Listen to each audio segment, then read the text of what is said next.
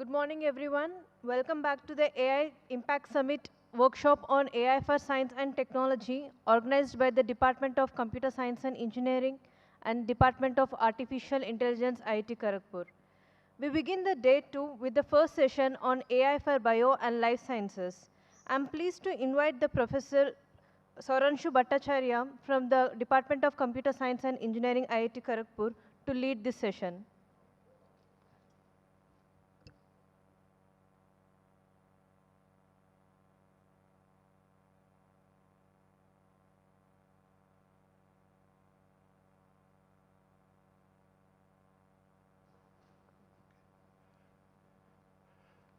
Hello, good morning everyone.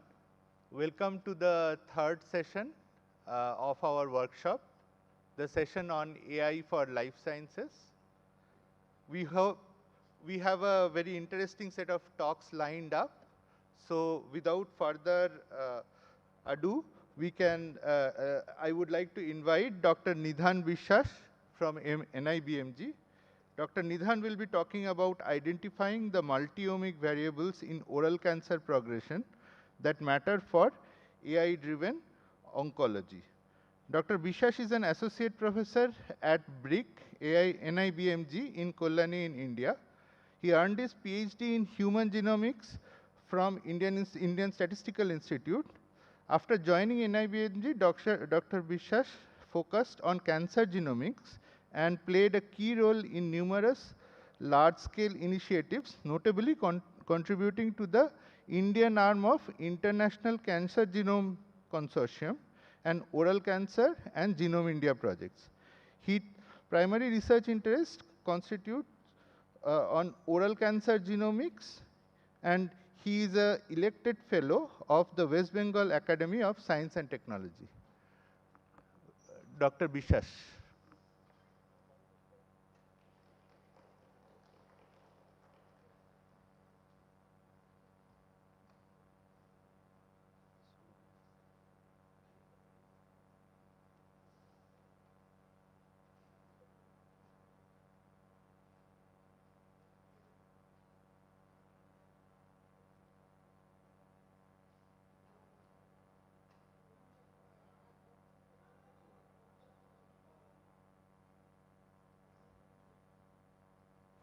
Hello, hello, hello.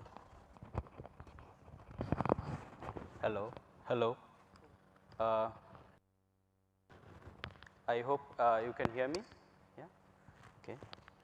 Thank you, Dr. Sauranshu, for introducing me, and Professor Niloy Ganguly for inviting in the pre-summit event. So this is an exciting opportunity for me to share our journey in the oral cancer genomics space. So today I will be talking on identifying the multi-omics variables in oral cancer progression that matter for AI driven oncology. So I am from National Institute of Biomedical Genomics. This is in Kollani, so it's like about 1 kilometer from 1 hour from Kolkata. So if you kind of focus on my title, so I will first try to define what is really here meant by oral cancer progression, and then I will be talking about the multi-omics variable. So in India, oral cancer, if you look at in the epidemiological perspective, it is the topmost cancer among males in India, and it is primarily caused by tobacco chewing, and it affects your gum and buccal mucosa. And the progression path, if you look at that, is very different, because here patient comes at very advanced stages of the disease, at a very late stage. They had high incidence of recurrence, and they also have high incidence of local lymph node metastasis and then to the distant organs.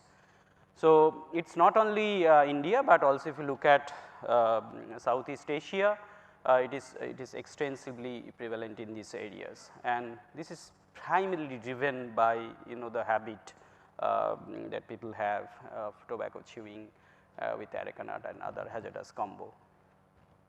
So when we kind of joined NIBMG in 2010, from Department of Biotechnology. We received a grant, ICGC grant to Professor Partha Majumdar. He got this grant, and then I kind of joined at a very early age. And if you look at 15 years back, lip and oral cavity cancer at the top, GloboCan report. Even the recent GloboCan report, if you look at, it is still on the top, because people have not of course changed their habit, but what happened during this time, we are able to understand the genomic landscape of oral cancer in India. So now if you try to map genomic landscape of oral cancer, of course you need to look at the spectrum, and when we kind of born with, of course we get some of the genetic changes inherited from our parents, but those not necessarily are causing here oral cancer, but rather as you chew tobacco and other chemical agent, it insults your DNA, and thereby over a period of time, due to your environmental and lifestyle exposure, it gets lot of these additional mutations which are colored in yellow, blue and reds. Okay. And in India, most of the people come at the very late stage when the tumor actually has formed. We are unable to catch them at the pre-malignant stage due to awareness and other factors. So, most of my talk will be focusing on the tumor, and then we will be talking a little bit about the pre-malignant to the oral cancer progression part. But even before that, I would try to impress upon that what is needed at this moment, what are the tasks for AI, and why kind of, even though we are working in this space, why I am here to pose this challenge in front of the AI community.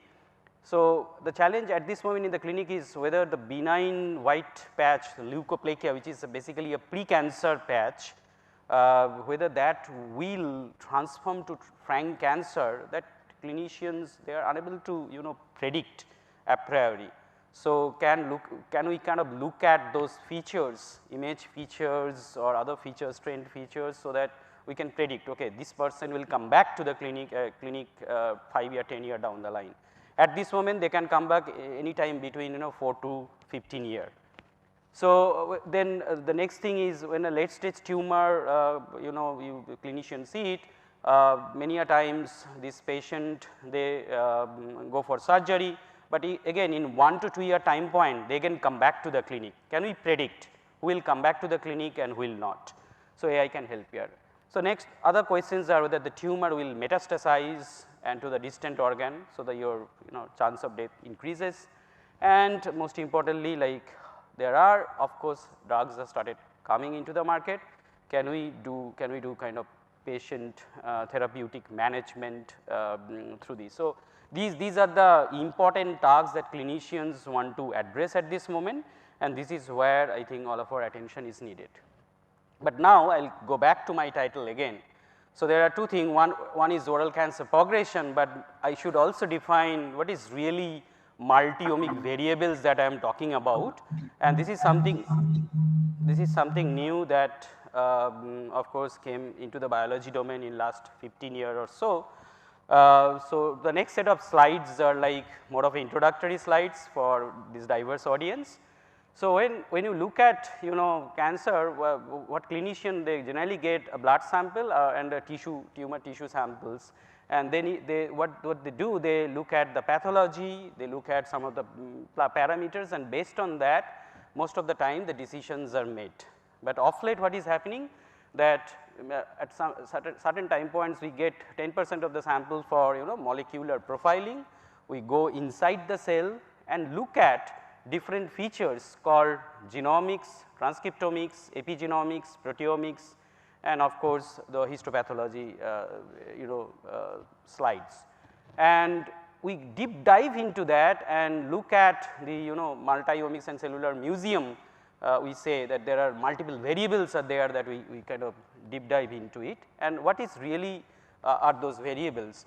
So, when you look at the entire genome, it is like 3 billion characters, okay, 3 billion characters, Within that only these the red portions are very tiny portion, 2% is your coding genome, and there you have these genes, and we have about 20,000 protein coding genes, and there are another these regulatory RNAs about about another 20 to 30,000 of regulatory RNAs. So, in the search phase your number of rows if you think of, these are like 60,000 variables you are looking at, and then what happens on this character string, there are changes, these are nucleotide string, there are changes happens whenever there is insult by tobacco on the DNA, and these changes are very different between healthy and cancer tissues. So, all of us are more interested to find out all of these changes which are unique to the cancer tissue, and these are the changes we are born with. Okay.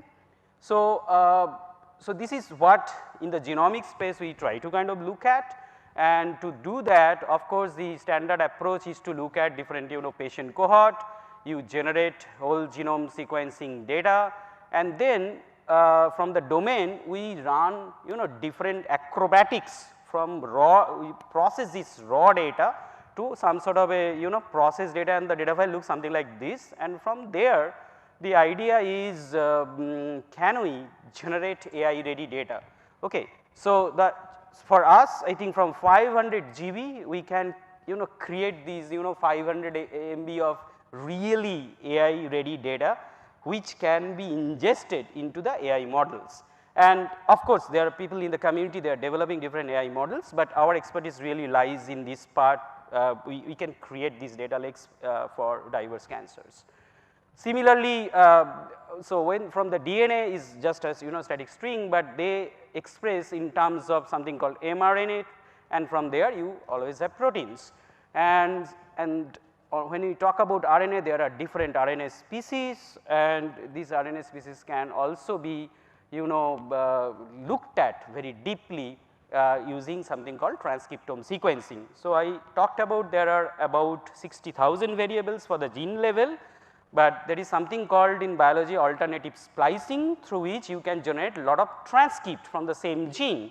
So, now from 60,000 your actual search space is a little longer, it is like about 2,50,000 transcript can be looked at, and once you kind of look into that, sorry. So, again what happens that you can go through these acrobatics of data engineering in the middle tier, but eventually for each transcript or each gene for each sample you get a data matrix, which is again AI ready data for your model to be ready. So, other than these two variables, there are a third variable called epigenomic variable, which are like DNA ornaments which we called methylation signatures, and these again you can generate through these new age sequencing technologies, and eventually you get again from epigenomic interpretation out of it.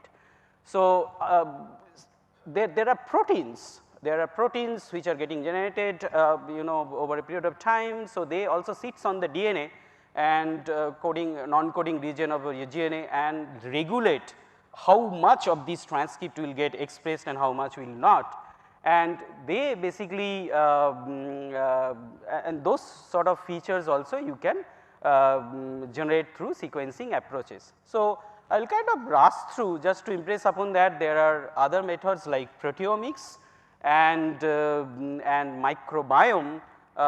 These there are in the oral microbial environment, there are different types of microbial species which are there, and they also impact, nowadays we know they also impact the disease progression. So, these are primarily the multi-ohm variable that you have, and one of the routine variable that people look at the clinic is simply a tissue section. From that you get histopathology image, and there are encoders and vision models are there that people are using routinely in the not routinely I would say, people are developing in their AI environment, and they can be ingested. But all of these variable by the way is very difficult to generate, they are costly, And if you had to generate all these variables, still today it will cost about about 3 lakh rupees per sample.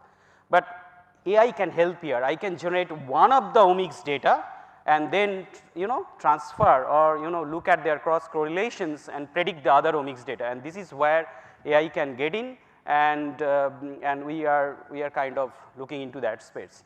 So most of the time in our computational biology space, 80% of the time goes into turning this raw petabyte scale messy data into a AI ready data, and that the model can actually consume.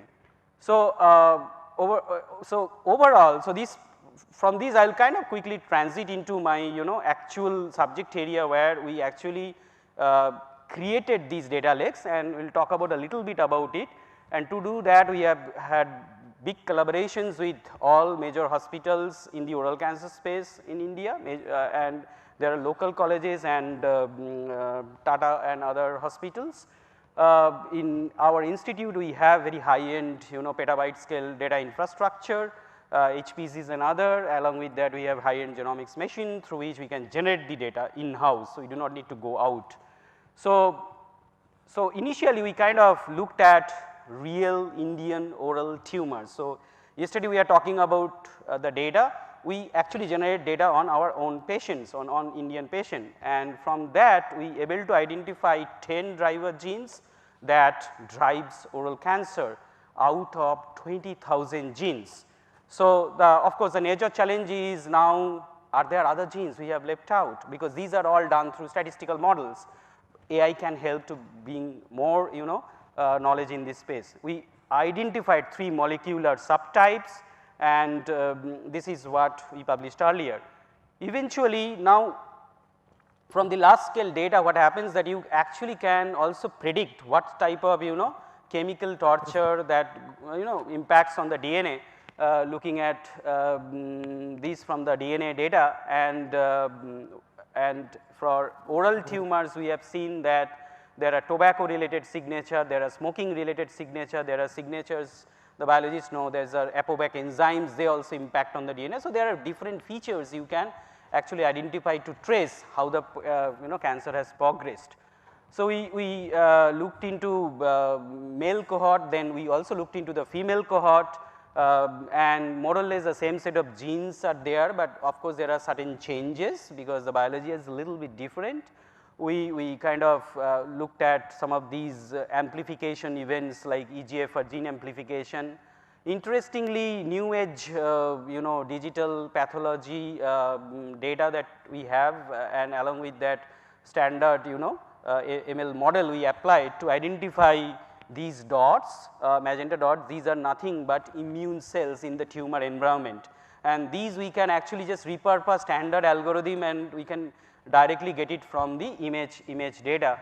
What we have done, we now connected the EGFR gene amplification along with the immune infiltration, and what we see, wherever there is a EGFR amplification, you do not see immune cells there, but if it is some sort of oncogenes and other, you do see immune. So this has a lot of translational value, and this is only possible when we are able to marry 2 fields like digital pathology, imaging, genomics together, and this is something that we published this year 2025. So now there are other work we have done, but I think I have probably impressed upon that these are the molecular features that people can use and to look at, and we kind of looked at other features like if there is a pre-cancer in the same oral cavity, can we kind of trace their evolutionary trajectory. For same patient we had pre-cancer and then their tumor in 2 different component, and what happens, you see the mutation rate at the pre-cancer is low, but at the frank cancer it is large, and at the frank cancer you see more deleterious mutation which is not there in the pre-cancer. Okay? Just looking at the bar height, I am not going to get into the genes here. And we do see lot of these mutation, YOLO mutations are shared between each of these patients, both at the pre-cancer and frank cancer, and they actually track the evolutionary origin. And we look at the gene space, we found one of the gene called caspase 8 to be you know, frequently mutated both in the pre-cancer and the frank cancer. It is the same mutation that actually goes to two location, and then over a period of time they get additional mutations at, you know, both the patches and develop a frank cancer. So, we looked into the germline profile, we looked into more pathogenic profile, and we see that more, you know, pathogenic hit they come at a later stage of the disease progression. We build up their phylogenetic tree, and what we see that all, you know, different this oral cancer, though we say oral cancer, but their genomic trajectory is very different. This phylogenetic small tree says that every patient is very different. So, can AI predict, looking at the stock, that how it will, you know, emerge and go forward. So, looking at the other type, these are more genomic, but if you look at transcriptomic and other data set, again these sort of anti-tumor immune cell inflammation, you know, related signatures, you can get it from there. And if you are interested, you can go and look into this particular paper, but these are the different molecular, you know, features that we have identified from these, and these can readily get into the AI models. And there are other features like lymph node metastases and stuff, where in the negative versus positive group, what you see is a lot of red dots here. If you want to summarize these red dots in one line, these are nothing but a lot of DNA repair defects are there in the lymph node positive cells, and they can be treated with multiple, you know, drugs. So, coming back to these, that these are tasks I defined earlier, but the major challenge is that this is the reality. Like you have 60,000, I talked about 20,000 protein coding gene, 30,000 non-coding RNA and their interactions, and we define some of the immune features, epigenomic features. All of these can take different branch, different trajectory during tumor evolution. So, the challenge for us, can AI models can dictate with limited modalities of omic data which path it will go. So, this is a challenge that we would like to go on now, because now we really have interesting data sets through which we can address it, and some of these data sets are already we have made public in this portal called DB-GenBock. If you are interested, you can go there and check out. And there are other angle our group works on, something like disease recurrence and stuff.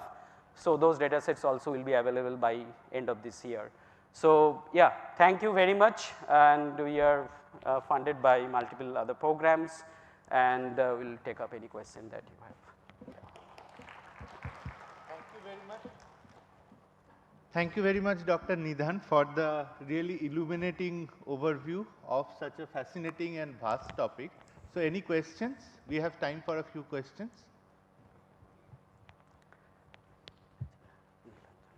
Hi, Dr. Nidhan. Hi. Morning. Thank you. It was a very interesting presentation. Two quick questions. One is, your feature set actually is expanding by the day. When we were in training, DNA was the only thing, then mRNA, now we are at the protein level, we also have lipidomics. How are you dealing with that?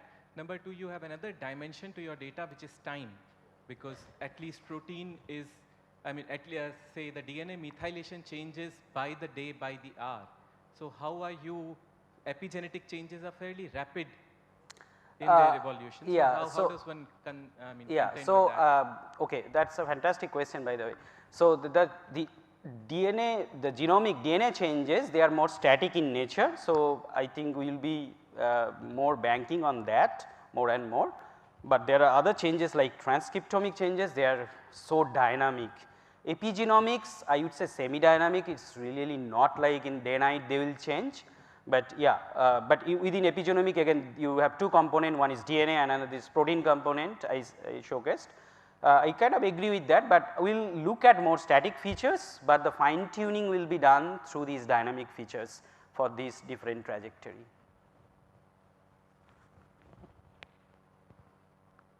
Any?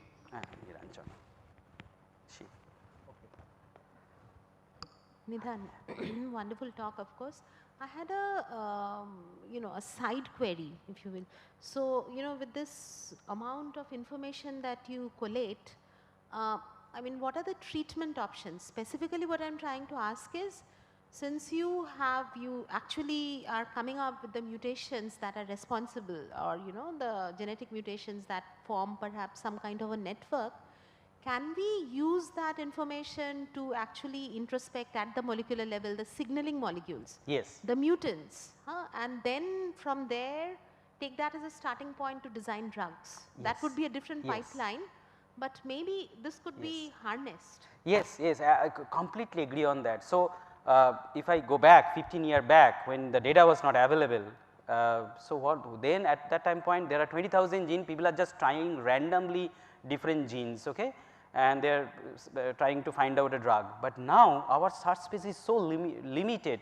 Now these 20 genes, probably I talked about 10 genes, I speculate there will be another 10, 15 genes, and their network probably another 200 genes max. So, my search space is so limited, from there now it can be targeted very easily, and I showcased very hurriedly, I showed lymph node metastases where the DNA repair defects that we actually we got to the underpinning of that, and now there are drugs called olaparib which you can repurposed in the oral cancer setting, which is an interesting drug people are using, clinicians are using in the prostate and ovarian cancer. So there is some thought on those lines. Oh yeah, yeah, absolutely. The thought is that to go into drug, of course, from here, more of a data driven way. Okay. Thank you very much. So let us thank the speaker once more. Yeah. Oh.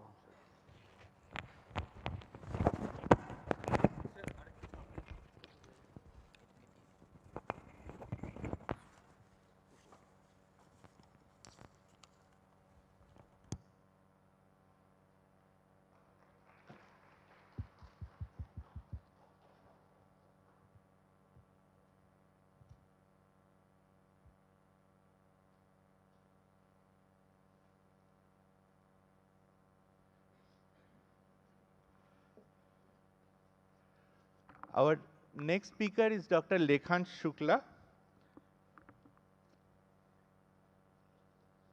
Dr. Lekhansh is a psychiatrist from NIMHANS, and he is focused on responsible AI for clinical workflows with projects funded by ICMR and Wellcome Trust.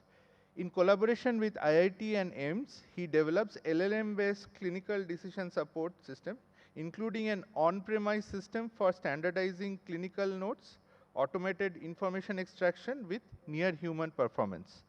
Dr. Shukla is going to talk about models, not wrappers, AI solutions for clinical psychiatry in India. Dr. Shukla. Thanks, Dr. Sudhanshu. I hope I am audible. Okay. Good morning, all of you. So as introduced, I am a doctor, but a slightly different kind of doctor. I spend most of my time seeing patients and teaching the next generation of doctors. By training, I am a psychiatrist, and then I have done a super specialization in addiction psychiatry. So, okay, can we have the slides, please? And yes, as introduced, I am from NIMHANS, Bangalore. I suppose a lot of people here have been to Bangalore, but I suppose not a lot of you would have been to NIMHANS. IISc would have been the usual thing to go to.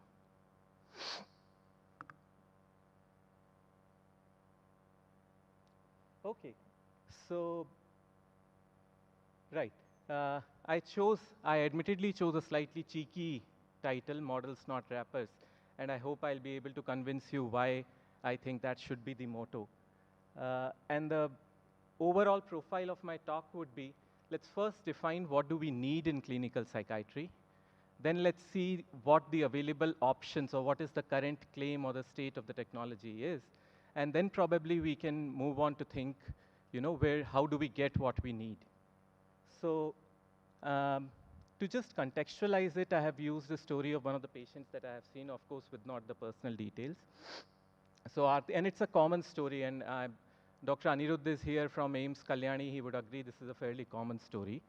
Aarti is a 45-year-old female from Bidar. Bidar is a very small town at the border of Karnataka and Maharashtra.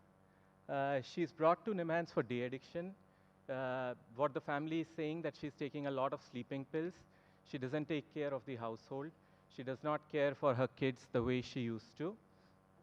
And it's leading to a lot of, loss of reputation because she's going to pharmacy stores and asking, begging for the pills. Now, once she gets admitted with us and we interview her, what we realize is that she says that this all started about 5 years back, and without any reason, she started feeling very tired, very sad, very dejected, and she went to a doctor. So that's an important part here. There was a contact with the health facilities, and the doctor said that you have weakness, and the doctor gave some tonic to the person.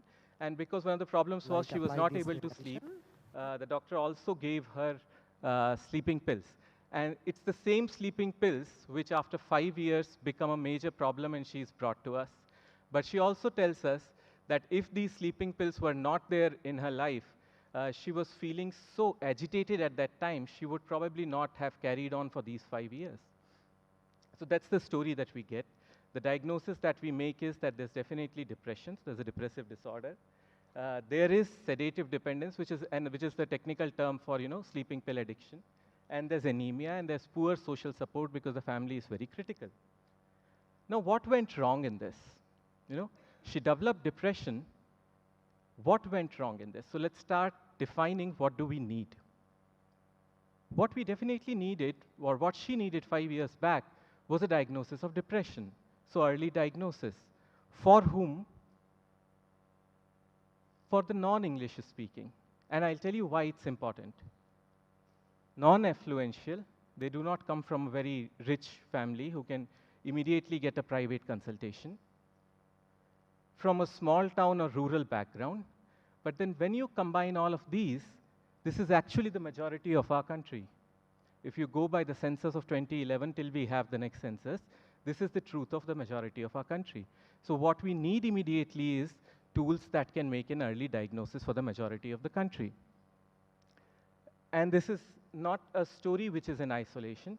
If you actually look at the results of, the National Mental Health Survey, which was done prior to COVID, and I'm sure things have worsened a lot since COVID, you will realize that depression is much more common in smaller cities, in females, in less educated people.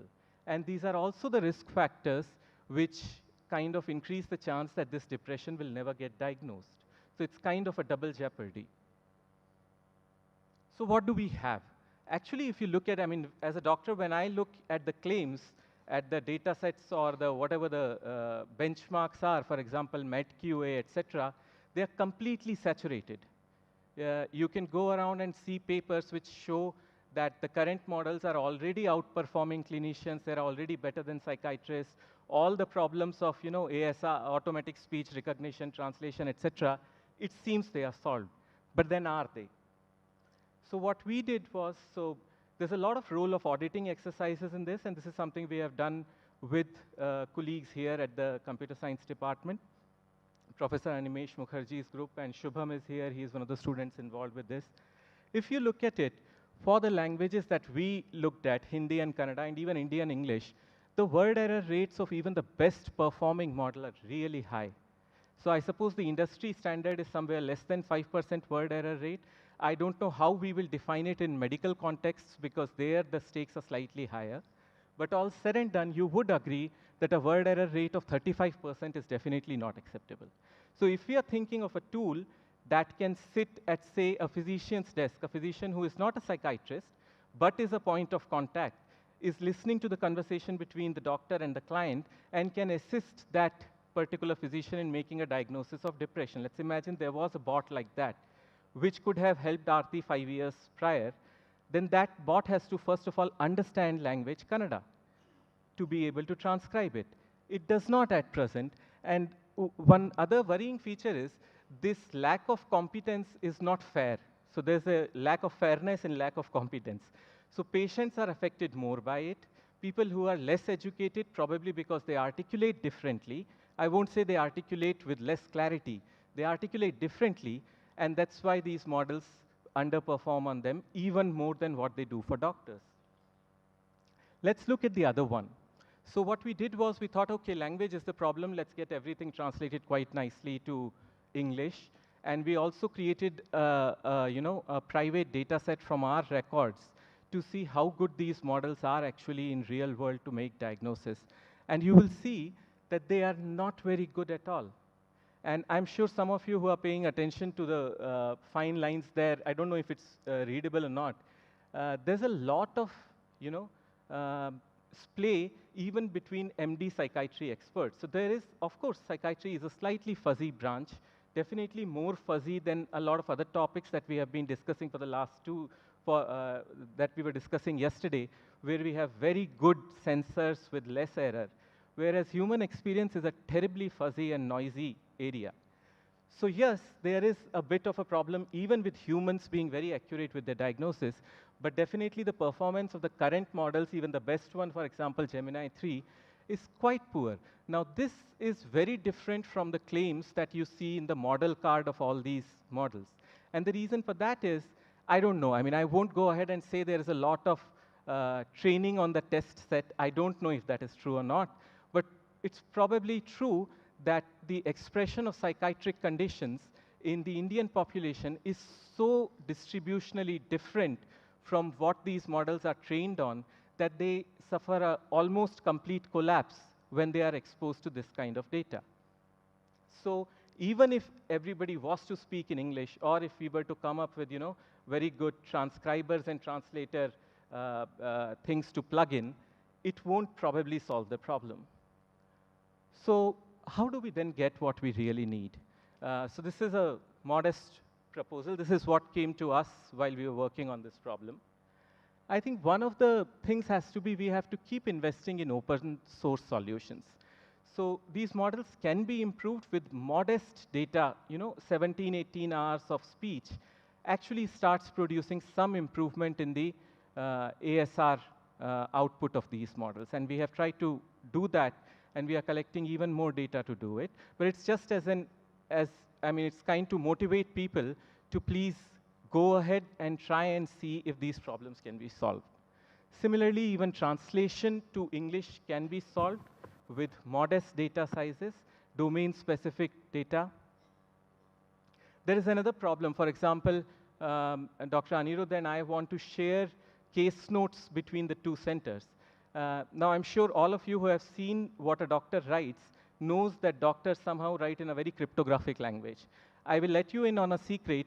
Even we don't have the cipher for it. What I mean is, Dr. Anirudh writes the same story using very different symbols and contractions, and I write it in using some other symbols. Now, unless we standardize that language, we cannot pool our data. So we need a model to pool it. So that's another thing that we have worked on. Another problem that I'm sure is a toy set problem for people in CS, which is named entity recognition, masking of people's names, places, etc. And I'm sure at least I had this belief that if I had enough money to use Amazon services, etc., Presidio, etc., I would be able to clean my data for it. Absolutely not. They do not recognize names of our cities. They cannot even contextual models, BERT-based models cannot really clean the data or mask the PIIs when these are Indian PIIs. So that's another work that we have done. So I have a number of requests to the CS students and the branch generally. And they are all tongue-in-cheek. Please do not take them otherwise. When we read these papers, emotion recognition in tweets, to us it feels like a bit of a toy set problem. So I encourage all these students for their internship, etc., please try and solve a real-world problem. And then you will realize that all these data sets are probably saturated enough. They have been done and dusted. And it's only when you get the noisy, dirty data from the real world that you actually have the impetus to innovate. Another request is, do not consider a problem solved unless you have used a closed source eval set.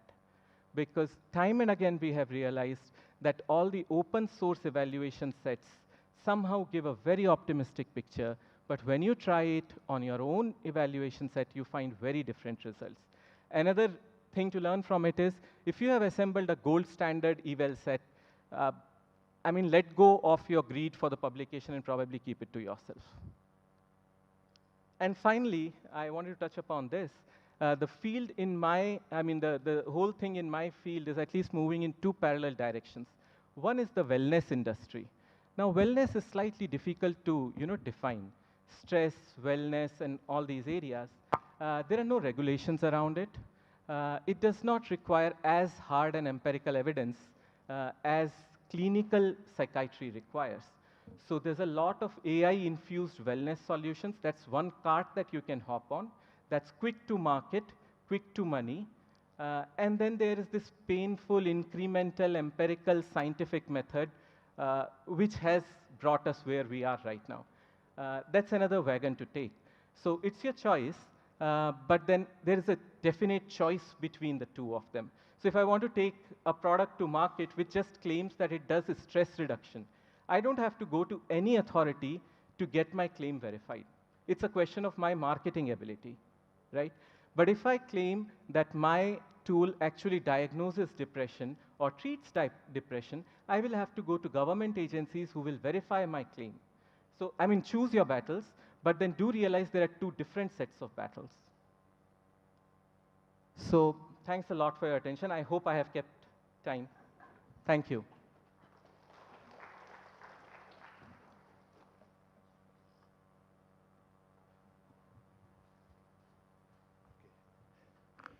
Thank you very much, Dr. Lekhanch. So we have time for a few questions, and yeah. Hi. Very illuminating talk, and I really like the connection. So I understand the NLP part of it, and so I was able to connect the dots. So I mean, a proposal, and there must be people who are working on it as well. So suppose we have, let's say, the scheduled 22 languages that, and you perhaps sitting in Bangalore, perhaps encounter people who speak Tamil, perhaps Telugu and Kannada, and maybe English, Hindi as well, right? So suppose now they have to interact with the chatbot, right? And there are some latent, as we speak about, and I guess you also understand, some latent things that we can pick up from any of these languages. Do you think that a transcription algorithm will be able to pick up and still be able to diagnose them, and based on these factors, it can pick up that these are the common, maybe underlying things, and then probably, as we know, psychiatrists are also dime a dozen, like very, very, very few for, let's say, 100,000 people or 10,000 people. So can we like have that at least as a POC kind of thing? Yes. Thank you for your question. Actually, it's a very active area of research. And yes, there's probably, not probably, there's definitely less than one psychiatrist per 1 lakh of population. That's the statistic for our country. There is a lot of research on using prosody or non-semantic features of speech to diagnose depression. They haven't led to a lot of success. So this has been done even before the AI came into the field. The other problem is using such latent markers makes it non-interpretable. And so in a clinical context, I ultimately need to tell the patient, I think you have depression because X, Y, Z, or whatever it is. Now, when I am using some latent factors or some non-semantic factors, it becomes that much difficult. But yes, whenever an algorithm like that comes, it would not only be the words and the speech, it would also be the hesitations, it would also be the paralinguistic features. So it would have all those features as well.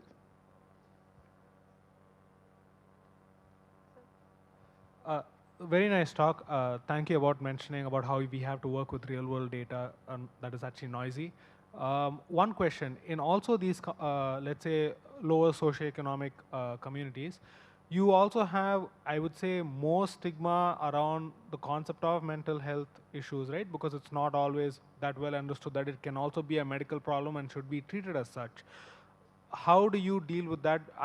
Do you think that also adds to this, accentuates this problem that we're dealing with, where inability for models to recognize because they feel maybe more diffident to describe it in precisely those words?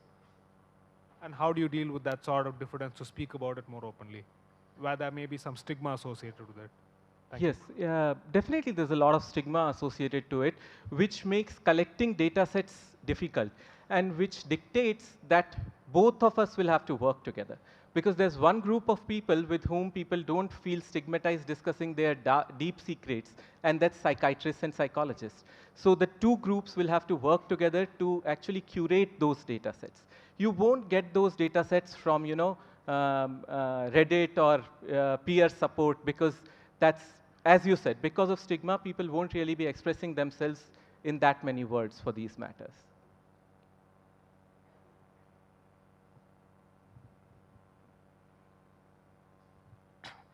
Very nice talk. Maybe just a comment specifically because you're talking about the gold data. Is there any efforts in annotation and developing such data sets? And the second question is, the problem of training on val set or test set is, I mean, people have solved it in a couple of other ways. For instance, one approach is that you annotate it and then give a val set, give a public test set and a private test set. And the private test set is accessible only through an API or so. But so you can see the discrepancy between the public test set and the private test set. If it's too much, then there is something else going on, right? So has such approaches been thought about in this field? Yes, thank you, Dr. Anup. So yes, to the first, there's massive amount of annotation required. So I'll tell you what is the qualification of a good annotator in my field. They must speak more than one Indian language. They must be a qualified psychiatrist. So their monthly salary is going to be above 1.5 lakh. Now, it makes it very difficult for me to secure government funding for this work. You get what I'm saying? So this annotation is not a crowdsourced annotation. This is a domain expertise annotation. That's the first. The second, yes, the Stanford group has actually now released a challenge set using exactly the methodology that you said. So yeah, holding back a part of validation from the public is what they have done.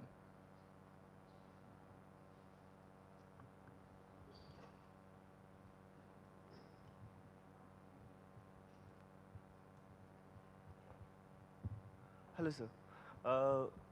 Actually, I am working on anxiety and depression detection through the biomarkers like eye trackers and GSR.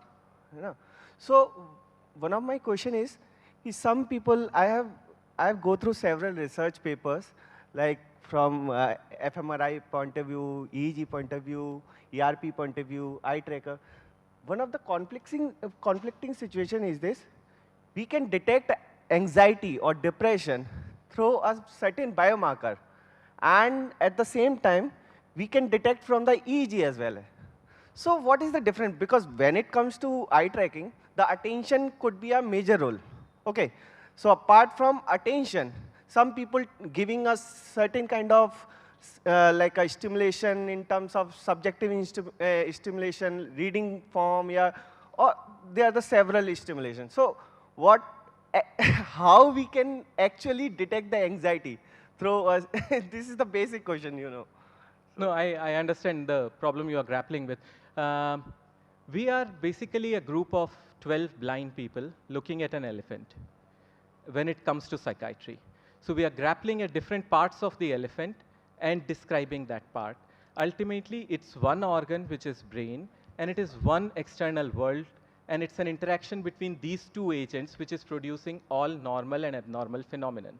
But since we can't measure neither of these agents in all its entirety at present, we use whatever tool is available to us. So GSR started in 1800s actually. That's how old galvanic skin responses are. So it's ultimately a measuring the same phenomenon, but not in its entirety. So you will come from it from an angle of EEG. I will come from it from an angle of questionnaire and clinical things. It's the same thing. Yeah, hi. So I have one question for you. Yeah, so my question is, this is more about regarding this addiction problem, since you also, yeah, hi. Sorry. So regarding this addiction problem you said, because one of the critical areas now is the mobile addiction for children and that age group, right? So I was just thinking, do you have any data set by which you can really analyze that? And have you done some study on how do you detect that a student, while he is doing online classes or various kind of scenarios, at what level he has gone to the addiction, and how do you really detect that? And what is the marker there to detect? Even any view you have done or any research you have done, you can please highlight. Thank you. I haven't done it personally, but then I have colleagues who are working on it, and there are two major lines of looking at it. One is measuring from the device.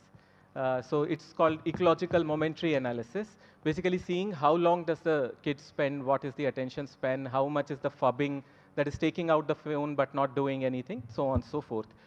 Correlating it with the time of the day, etc., etc. And another is again questionnaire based and looking at are there any deficits evolving because of it? So has the social interaction gone down, etc., etc. So it's an active area of research. At present, it seems that a clinical interview seems to have the edge because it's people can be using mobile for so many things. Not all of them would be dysfunctional because of it. So that is what is the view in the field. But then a lot of measurement-based accurate research is also going on. Thanks. Thank you very much for the interesting discussion. Let's thank the speaker once more.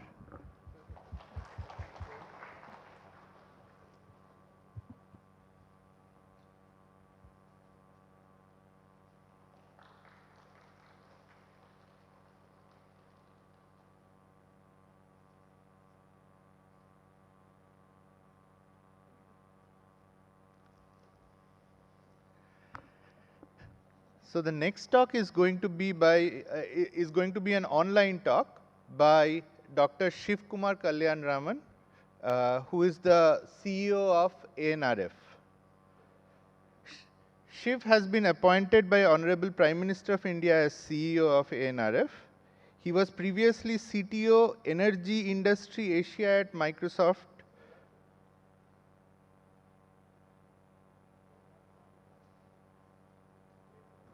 He has not joined. Okay. So should we take a break? He'll come.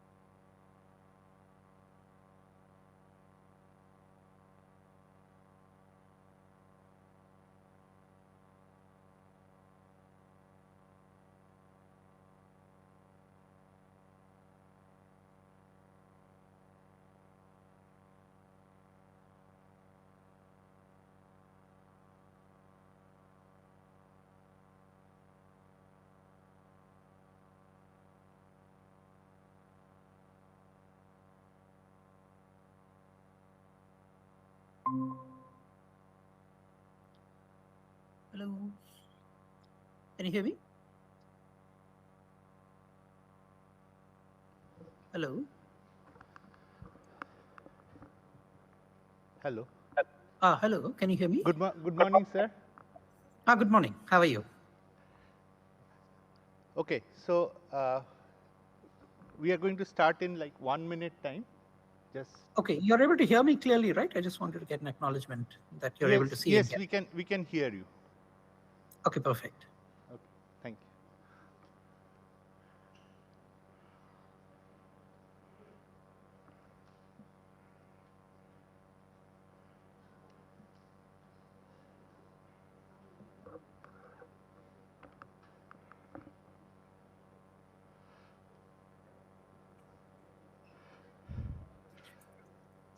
Good morning, everyone. I'm pleased to invite you to the next talk by Dr. Shiv Kumar Kalyan Raman. Shiv has been appointed by Honorable Prime Minister of India as the CEO of ANRF. He was previously CTO Energy Industry Asia at Microsoft. Before that, he was Executive General Manager of Growth Offerings at GE. Prior to that, he was a researcher at IBM Research India. And before that, he was a tenured professor at Rensselaer Polytechnic Institute. Shiv has degrees from IIT Madras, Ohio State University, and Rensselaer Polytechnic Institute. Shiv is a distinguished alumnus awardee of IIT Madras and Ohio State University. He is a fellow of the IEEE, fellow of Indian Academy of Engineering, ACM Distinguished Scientist, Microsoft Gold Club member, and MIT Technology Review Top 100 Young Researcher Awards. He's going to talk on AI for Science and Engineering and ANRF Vision. Over to Dr. Shiv Kumar Kalyan Raman. Okay, thank you for the introduction, and thank you, Niloy, for inviting me. Okay, hang on, what's going on? Picture in picture is open. Hello. Stop presenting. Okay, hang on. Are you able to see my screen here? I just want to make sure. Can see your screen. Okay, good. Yes, sir, we can see, sir. Yeah, never. Okay, let me get rid of this. All right. So what I'll do is I'll give you a little bit of an overview of ANRF as well as a specific program on AI for science and engineering, which is topical given the focus of your workshop. I'm first pleased that you're doing this workshop, and more importantly, it's also being live streamed because I'm a big proponent of social media for technical work and also dissemination, so that way we can broaden the frontier and make it much more easily accessible to anybody with a mobile phone anywhere around India. So that's one of the other broader things I'd like to say. But first, compliments to the organizers of this event, and thank you for doing this as a very important area. So there's always been talk of a number of buses that India is missing. Okay, but as you know, in Kolkata and other things, there is always new buses that keep coming by. Okay, and AI for science and engineering is another bus. Okay, so we should not miss this one. Okay, and this is fundamentally AI has the huge potential to transform science and engineering as it is transforming other areas. So it's both in terms of knowledge discovery, new science, as well as the conversion from deep science to deep tech to accelerate the journey. And for researchers, it's also a means to accelerate your impact. And also for us to be competitive as a nation, going forward, the folks who adopt AI will be much more competitive against the folks who don't adopt AI, right? So that's these are all the various aspects that we have been thought of, and India can also contribute to the world by having a lot of open models and data sets that we can create through our research. And so these are the various facets that we're trying to together as part of this. And also this program, we are experimenting with formats, including program formats in various verticals as well as contest formats. In all our mission mode programs, we are trying to do, more, not doing subcritical things, more supercritical things. So these are not meant to be individual-centric grants, which, of course, there is ARG and other things for that, right? But, it won't as well as not do things subcritically, and also to drive collaboration across various stakeholders. Collaboration for impact is a simple keyword I'll leave you with, okay? So as was mentioned, I take care of an organization that is presided by the Honorable Prime Minister of India. I want to clarify a few things that, this is an organization where we are a statutory body of Government of India. We report to a board, the Executive Council, and then the Governing Board chaired by the Honorable Prime Minister. This is across governments. Of course, we have a specific ministry, DST, as our administrative ministry, but we work with all parts of government, and as part of what we're doing, different mission mode programs, we are doing in partnerships with different entities. And the AI for Science and Engineering is an example of a program. As you can see, multiple logos of ANRF coordinating with DST, MIT, ICMR, with DBT, with DRDO, and MOES, etc., right? And also external parties like Gates Foundation, Vadhvani Foundation, and others, right? Sarvam.ai, Bharat Gen, all of them are working together. It's like, if you like Hindi movies, it's like Hum Saath Saath Hai movie, okay? So, okay, with that, a quick introduction to ANRF. ANRF is a statutory body of Government of India. It's the best way to think of ANRF. It's a mechanism of the government to catalyze the rise of India as a R&D powerhouse. That's the goal, right? And our biggest catalyst that we can use is the funding that we give out. But we think of our role as providing other forms of catalysis in terms of enabling collaboration, aggregating different parts of government, as well as encouraging or reducing the frictions across various other areas. But at the same time, we are being very deliberate in what we do and what we don't do. For example, the work that we're doing in Saral AI that I'll talk later is also to help drive the democratization of research and so on. It's in our core mission of broadening the distribution of excellence in India. So in the early stages of TRL or technology readiness levels, you see the orange line. So here we use the grant mechanisms.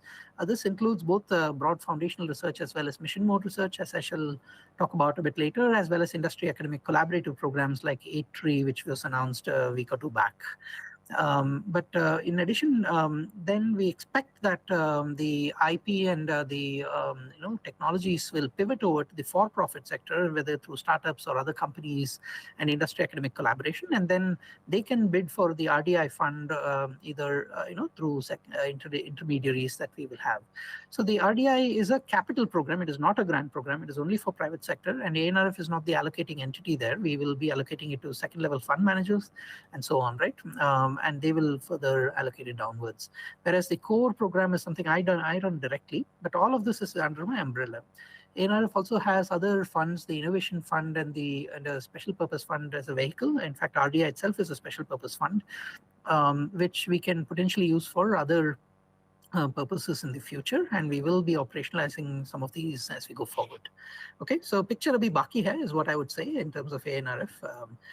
As the strategic approach is, some of you may be familiar with our broad-based horizontal programs like advanced research grant programs, where we had over 12,000 plus applications, and we have supported approximately 1573 grants, if I recall correctly. And this is a non-trivial amount of support that we give, and I have dramatically increased the budgets as well for this year, with the support of the Executive Council as well as our sort of steering and oversight committee chaired by the Honorable PSA and DST Secretary is also part of that.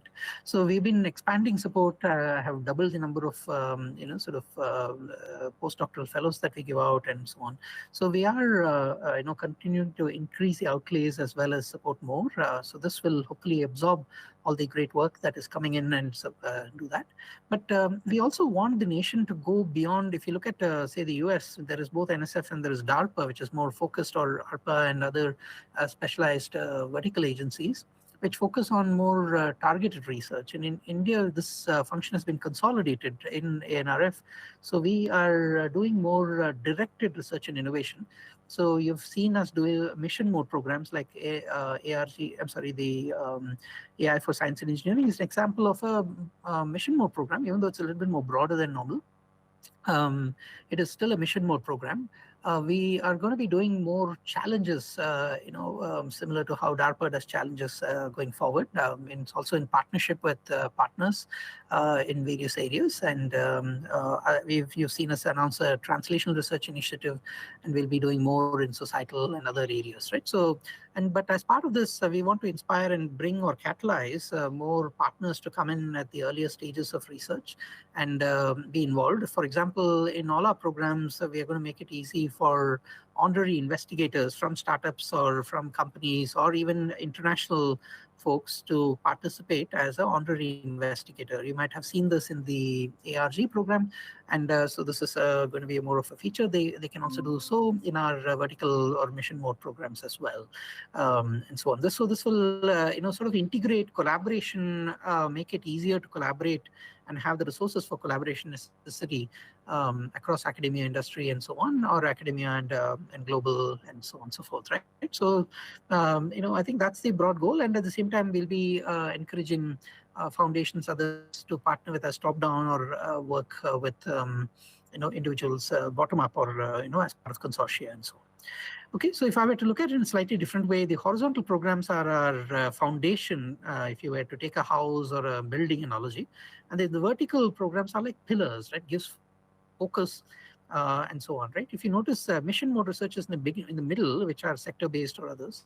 But if you notice, even uplifting our science and research ecosystem, I can do it in mission mode. So we have a program called PAIR, which is a very different approach to doing in a highly focused manner with a hub and spoke setup. It's not just about throwing money into a bunch of institutions and then hoping and spray and pray, as they call it, and so on. While we are putting more money, we are putting facilities, we are also driving collaboration, we are also creating research capacity development workshops and other things, as well as asking the PAIR to take leadership in webinars and doing more things online, as well as sharing any things that they've done in hybrid, make more live stream like what this event is doing and so on, so that the output of those research capacity development can be diffusing broadly into our ecosystem.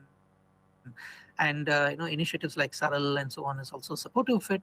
In addition, we have started the PM professorship program, which we announced, and we made selections, which will involve senior people, peer professors who are appointed and who go to these institutions and help them more directly evolve as well. Industry academic collaboration is through our other program, ITRI, which we just recently announced, and industry academic collaboration we are planning to bake into all our mission mode as well, right? So then at the top, we will over time have more dashboards. We are doing things like SARL AI and so on to help diffuse and disseminate research, and perhaps maybe do some selected things around open data platforms in the future. Right. So our goal, again, to reemphasize is do a few things well and be a catalyst rather than doing many things badly. We are trying to set the benchmark for doing more ease of doing science.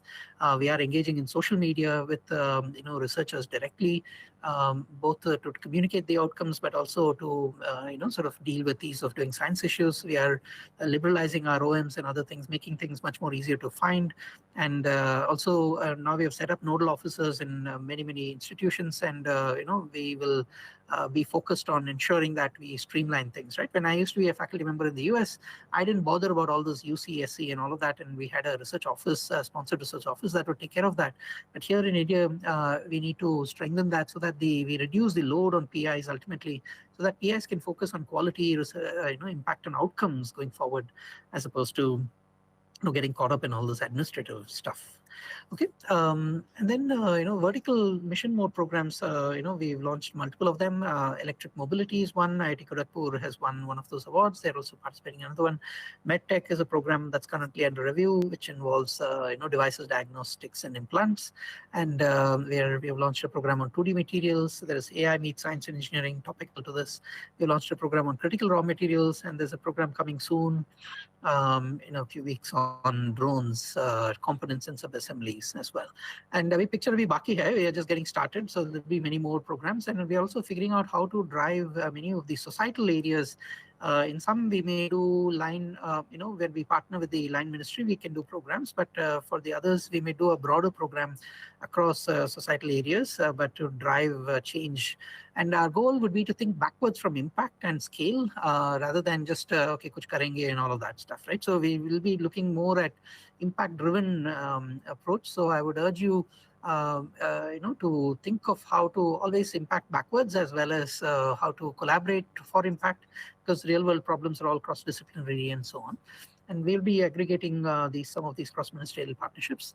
But I would like to re-emphasize, often when I'm asked that, have we forgotten supporting basic research? The answer is absolutely not, because we are doubling down, and I told you I've dramatically increased the amount of support that we're doing for our basic and fundamental research as well. But we are going to be asking our basic and fundamental research to step up to doing world-class stuff and not incremental stuff, because it's the valuable taxpayer money that we are investing. So we'll be asking for more global standards and being more competitive world-class, as opposed to just doing whatever is the, small incremental research and so on, right? So, and again, there we will encourage both the individual research as well as small teams to come together and so on. So there is almost like a full hierarchy of things that can work together, right? But these mission modes are a lot more about focus. We'll be doing sector by sector, different sectors we'll be launching over time. And I've been inviting our various ministries, and we have ongoing conversations with Department of Telecom, with MNRE, and the Urban Affairs and others, right? So MOHUA and others. So another thing I would also openly say is that, you should not be waiting for me to launch programs. If there are, significant new areas where we need to do more, especially around AI, we already have thoughts on what we will plan to do more in these areas. You should let me know. I mean, of course, don't bombard me with emails and other things. I would suggest that you use your institutional pathway to consolidate and so on. And please don't ask me to fund your research project. I will not be looking at any of those things. The expectation I would have is put your national hat on and see where is the programs that India needs to do. And if, for example, some particular domain comes and says, hey, my program, my area is underfunded and so on, the answer I would give is, please tell me what needs to be funded in these areas beyond this thing, and the impact-driven areas. So we are open to having new ideas, either at the single discipline or across disciplines, and including even basic sciences. But it has to be a coherent, well thought out approach. So I would urge folks here to please think about that, and IIT Kharagpur can certainly take a leadership in bringing those ideas to me. Okay, in terms of translation, we are establishing translational research centers. You can think of this from Einstein's world to Elon Musk's world. So these are to support centers which focus on translation, but at the same time, there has to be skin in the game with industry academic collaboration and participation. But it's not just the money, but it's also the quality of collaboration, the depth, and the translation plans that will be submitted that we'll be taking a look at seriously in this initiative, and we'll be doing this in multiple cycles as well. Finally, in terms of, we strongly believe that AI is just a tool. We need to be able to adopt it. And for example, if we want to broaden the distribution of research excellence as a problem statement, which is close to us, so one of the challenges I have personally felt is sometimes finding it difficult to read papers, right? So now if you take the same persona and say, how can AI help convert difficult to read papers into easy to digest videos? So we have created a tool here called Saral AI. This is pioneered by an open source project led by IIIT Hyderabad and a number of volunteers across India. So if you're interested in participating and so on, please work with them, or please adopt these, because we'll be increasingly driving the adoption of these sorts of things so that publications can get converted to secondary content like videos, podcasts. We already support podcasts. We support multiple languages.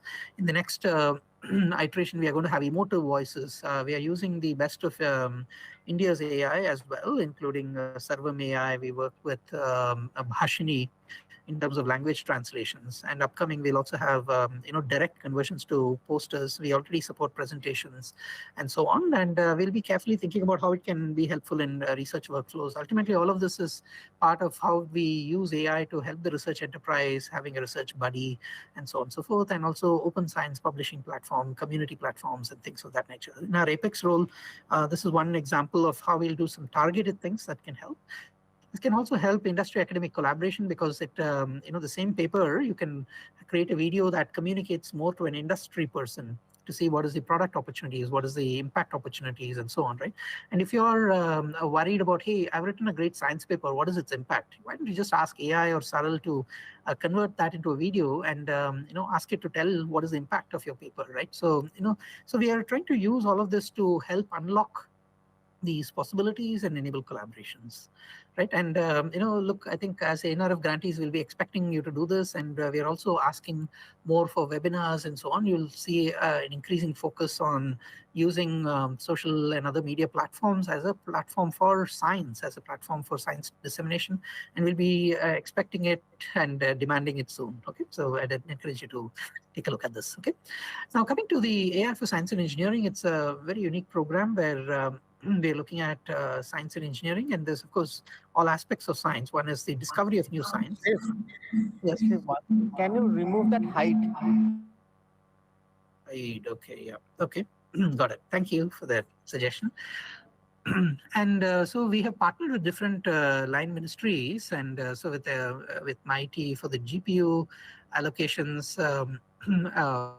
with DRDO for the engineering areas, with Ministry of Earth Sciences for weather and climate modeling, with DBT and Gates Foundation and so on for bio and life sciences. So these have created essentially multiple programs within the larger umbrella. And we are also going to we are excited about launching new contests and challenges. All of this will lead to open source models, open weight models, and data sets. So we think it's important both for models and data sets, and all of this will be part of open thing. As you know, the reason we are doing this is that there's an AI revolution happening in scientific research, and the conference you have is topical. There's a lot of models popping up. I think there's various angles of this. One is using neural networks to directly model neural operators of sorts, and this helps solve or approximate solutions to PDEs. So this means that rather than doing a very high costly HPC simulation, you can do a much faster surrogate simulation through AI forward pass. But however, we do understand that there are approximations and errors and validation and things needs to be done. So we expect that there'll be more of a hybrid HPC and AI coming together in terms of figuring out how these things evolve into the future. At the same time, we expect that whatever you're doing with simulations, if you can do it much faster, it will mean that these will start getting embedded in digital twins in operation. So your car that is driving through a road can automatically measure things, and then your AI model there can help model the physics as well to optimize things, the shapes and so on with flexible materials and so on, right? So similarly, do the same thing for wind turbines or other structures and so on, right? So we expect both in terms of discovery of new materials as well as optimizing products in the real world. I mean, what people used to call Industry 4.0, now I guess they've gone to 5.0 and so on. That can be truly achieved with some of these, right? So, and at the same time, even experiments, you can optimize. There's always been fields like design of experiments, what experiments to run, and doing it carefully. So if you're doing wind tunnel experiments, you can do digital experiments as well to complement that, and then be very careful about the physical experiments you do.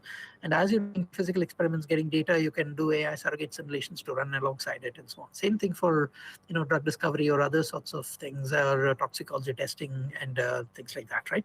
So whether it's the discovery side or the further implementation into processes and so on, if you're a chemical engineer, you like PNID diagrams, we can model PNID diagrams as knowledge graphs and and do sort of neurosymbolic reasoning on top of that. So there's many other things that can be done, right? So we are looking at a wide variety of techniques that can be applied, and new workflows that can be created, and ultimately what matters is an acceleration of research. So we want to accelerate discovery. We would like to see acceleration of impact from those discoveries. So it's accelerating the creation of new science, whether it's all the way from physics to drug discovery to engineering designs to material science or engineering or even mathematical reasoning, as well as accelerating the deep science to deep tech. So when we say deep tech, there is no deep tech without deep science, right? So that's why fundamental research matters. But it also matters that the diffusion of great science to great tech is a long process, right? And we are not in the world of Einstein, we are in the world of social media. So we expect that combination of social media, media-related things that we can use to disseminate, as well as AI-based tooling that we can build through the science, AI for science and engineering, we can accelerate the entire loop of science, if you can think of it that way, whether it's a scientific discovery loop or the conversion from science to product, whether you're talking about developing new theories, or once the theory is developed, converting that into simulations, and the combination of simulations and experiment, and in design and operations. I mean, all of these things, there's a continuum can emerge, and increasingly superior models or faster models or approximations can be put in. And I think there's a lot of discovery needs to happen, and India needs to be a force in this, right? So we also think that innovation will continue to be a combinatorial innovation space. So that's why we think of putting this all together as an India stack of open models, and that's why in our program we have made this as ANRF open license based on an MIT license, and to make it exciting for startups and companies, they can partner with academia, they can partner with research labs, bring problems or collaborate in the true sense of the word. The money will be with academia and the new models get developed, but then because of their partnerships, the things can be accelerated faster. They can be, new models can come out, and with an open license, and then they can further pivot it to specific uses for commercial purposes quickly, right? So, sort of companies needs to wake up and smell the coffee and start working closely with academia as well. Similarly, we have put in incentives for academia to start collaborating more with each other across AI and the scientific and engineering domains, as well as collaborating with external parties to drive such translation, right? So we are trying to enable both the collaboration as well as the combinatorial space, and India becoming a contributor to all these models at scale across disciplines, right? We have both the depth and the thing. All we need to do is collaborate for impact. Okay, so there are various methods and techniques. Of course, it's important not to confuse ourselves with all the various methods and buzzwords, like whether it's physics informed or neural models, neural operators, and so on. That's one class of methods. Techniques like diffusion and so on have been shown to be quite effective in simulations of various kinds, like material simulations or bio simulations of various sorts. Sort of things like reinforcement learning have been shown to be interesting in choice of experiments, and then how do you maximize the learning across experiments to decide what next experiment to do, and how do you balance the digital experiments with physical experiments and so on, right? So and also the validation, right? So the program that we've designed, we do support both validation, we do support wet lab experiments, we do support other things. The only thing we don't support is, hey, as part of this program, I want to buy a cryo-EM microscope or whatever, right? So this program is not meant to be a capex for just buying a new piece of large piece of equipment. This goal is to drive collaboration between science, engineering, and the AI part of this thing. And even in AI, we don't support the buying of GPUs. We partner with MIT for all the GPUs and any supercomputing time that is needed as part of the supercomputing mission. So we do expect the entire area of scientific computation to be completely transformed with AI, but with a more hybrid approach, where both the simulations of HPC as well as AI come together, and they can link to further experiment designs and real-world experiments to validate and cross-validate, right? And tying all of this together is another major area, and every discipline you may have different answers. So anyway, so overall, I will briefly conclude by saying there is, science and engineering is a journey of knowledge and knowledge discovery, and then knowledge translation across science to engineering, and then ultimately to product and impact and so on. But then with AI, we have different elements like foundation models, operator learning, we have surrogates, we have ML, we have generative models, we have reinforcement learning, we have different physical digital hybrids. All of these are emerging. At the same time, we can approach it with neurosymbolic methods. So I'm neutral about the nature of methods that can be done or new ways of directly modeling science and engineering and so on. This is not just to say, oh, I have some interesting data sets, let me put a regression model and I'm done, right? It's not those sorts of things.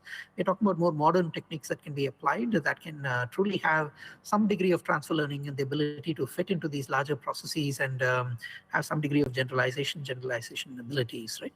So anyway, so we expect that this will acceleration from discovery, acceleration of the conversion, and all of that is of these processes, and ultimately the productivity of scientists as you're using your physical equipment and so on. Wherever I go, I see lots of new characterization equipment that is there, but whenever I ask them what's happening to the data, they're saying, hey, it's in my hard drive, right? And it's balkanized and not being used. So I think we'd like to see unlocking of all these data sets as well. So we are working with the ministries to unlock their data sets, whether it's the Earth Sciences Ministry and so on, as part of our program. And this can help new models, multimodal models to emerge in various kinds. We are partnering with various aspects of biotech and so on, which will be continuing to accelerate in partnership with DBT, ICMR, Gates Foundation, and others. But at the same time, we see the need for more data sets to emerge, and India needs to put out more interesting data sets for the world to use. And again, we'll be doing more in terms of unlocking some data sets across the government as we go forward, and open data that makes sense. Okay, so that would be complementary to what we're doing in this program. But I think the goal here is we also support, as part of the program, the creation of world-class fair data sets that are quite unique, and that will involve a combination of experimentation and so on. But it's not just data sets for the sake of data sets that can be used to develop high-quality models in the future. Okay, so with that, I will summarize and say that AI for Science and Engineering is an experiment of what we are trying to do, how to run new mission mode programs, how to do more open combinatorial innovation, how to do open licensing, how to drive industry academic collaboration, how to get our scientists and engineers to collaborate with AI, how to support fairly broad areas of area, but also demanding more focus, right? So, and also enabling the discovery of new science versus the translation of science to deep tech. Okay, so we'll be adding more partners, and as part of the AI Summit, you may expect us to make more announcements that we are doing. But each of you can directly contribute, and of course, if you have submitted, I can't intervene in particular decisions, but you can be rest assured that they are currently going through this thing. So, if there are others who are willing to partner with us, we encourage you to partner with us as well. Okay, with that, I will stop sharing. Happy to take any questions. Hello. Thank you, sir, for your very inspiring talk and overview of all the initiatives that ANRF has taken. So I will ask the audience if they have any questions.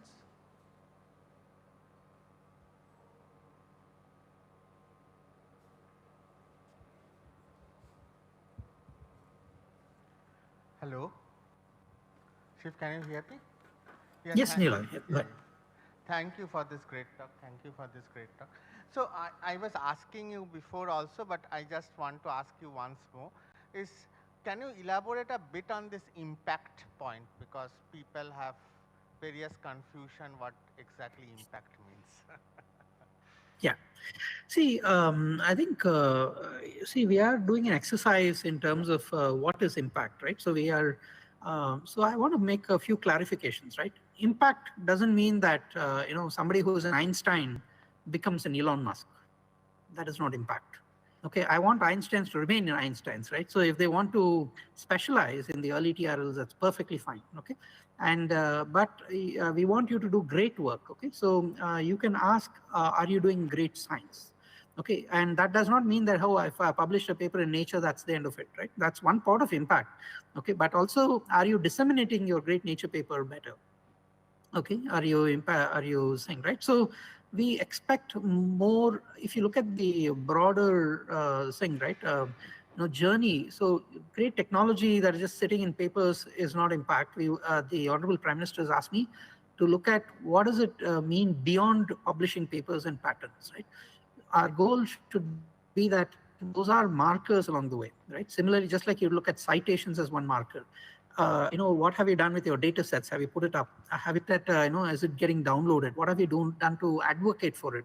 Are you using social media? Are you doing webinars? Are you doing, so what is the frontier of how you are helping others both discover what you're doing as well as, helping technology diffuse downstream, right? Yes, of course, some of those technologies could get converted into startups. Some of them can go further. See, when there's fundamental science, one would ask, how do you actually link it to applied science? I'm not asking you to become an applied scientist. I'm saying you do fundamental science, but are you even talking to the applied guys? Okay, so, what are the bridges that you're building? So impact happens by each of us taking the responsibility for building the bridges to the downstream side of things. And we'll be looking for evidence of that. And we also recognize that impact happens over time. It is not like you do something work today and tomorrow magically you're going to have impact. No, right? So one of the things we are planning to do is that when you submit your next ARG proposal, we'll ask you, what is the impact of the last 10 years of work you did? Okay, as well as what is the impact of the last 10 years of ANRF funded projects. So therefore, there's going to be more accountability of the past work and what you're doing to disseminate. So if you did not disseminate your work and so on, or you did not, so your statement of impact might be weaker. So on one hand, we want to give incentives for individual researchers and so on to take more responsibility for dissemination, downstream dissemination, more responsibility for attempting to collaborate. Of course, we are going to create incentives for more collaboration and more, whether it's within basic research or between basic and applied or beyond and so on. So programmatically, we'll be putting in various sorts of things of that nature. But then there are all of these are all markers. There's no one magic bullet that is impact. So we are doing an exercise with our TPC co-chairs. In fact, I've sent them an email recently asking them for feedback on what does impact mean for your discipline. So what does impact mean for physics might be very different from what is impact for chemistry or AI for that matter, right? So we are trying to be also a bit more domain specific, and so we can sort of evolve this. And all of this feedback that we're collecting will help us determine how we restructure some of the way we collect information, right? Because when I have to report to PMO will say, hey, you put out all this money, what is the impact of your aggregate? Okay, impact also doesn't occur from a single piece of work. It could be from a portfolio of options that have been supported and funded, right? So we will be taking a much more holistic view of impact. And then when it comes down to a level of an individual researcher, I think your goal is to keep always having impact in your mind, right? Which means either you're use inspired, you can be curiosity inspired. I mean, I want to say that I value curiosity driven research as much as I value use inspired research. Both of that matter. But when you do curiosity research, please have deeper curiosity. Please expect that your curiosity should lead to sort of more fundamental outputs, right? So that's the nature of the asks that we're going to be having. So, but the point is that it's a very good question. What is impact? It's not like I have all the answers. I'm giving you a framing of how I'm thinking about it. We are going to do an exercise, with a lot of consultation, so that you don't want a bureaucrat telling you what is impact, but at the same time we want to make sure that people understand that there is impact in basic science. There is impact in fundamental basic science. There's impact in applied science. There's impact, but the nature of impact will be different. Okay, but there is a responsibility. There's a responsibility to diffuse downstream. There is a responsibility to potentially try to collaborate. There's a responsibility to, try to use various media and tools that are available, right? What tools you choose to use, it's your choice, right? And, there could be lots of innovation there. We will try to provide some tools like Saral AI, or, we will be asking for webinars. We'll be doing our nudging and pushing and so on. But we expect researchers to be adults and they can figure out what tools they would like to use. Okay, hopefully that's helpful. Good morning, sir. Thank you for the wonderful talk.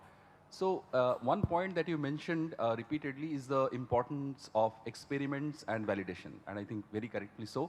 Sir, there are different disciplines that is which are built expertise on running experiments. For example, economics, but it's very classical approach. I mean, it is not yet equipped handling the data that you generate on a digital platform for that matter. So how do you see you can basically tap this expertise for a larger purpose? So, like one could be, let's say, a call for proposal, but, can we think beyond that? Like, can there be a better approach to integrate the skills, knowledge is being generated in other disciplines to run the experiments?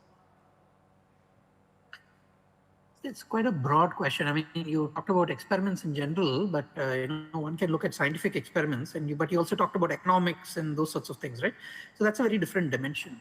See, any mission mode program has to have focus. Okay, if I try to do everything, then it stops being a mission mode program, right? So in this particular program, we have given some range of things we want to do. So we allow experiments to happen. We allow some combination of experiments and modeling to happen. We are trying to drive for collaboration and all that. So look, I don't have the answers in specific area. And now when we have a CFP and so on and so forth, I mean, if you guys want to run workshops and things of that nature and discover what they are, and then tell me what program I need to run, then I would welcome that, right? It's not like I have magically all the answers, right? So we are trying to put together sensible programs that we can launch. And, I would urge the community to start becoming more participatory rather than be proactive rather than reactive.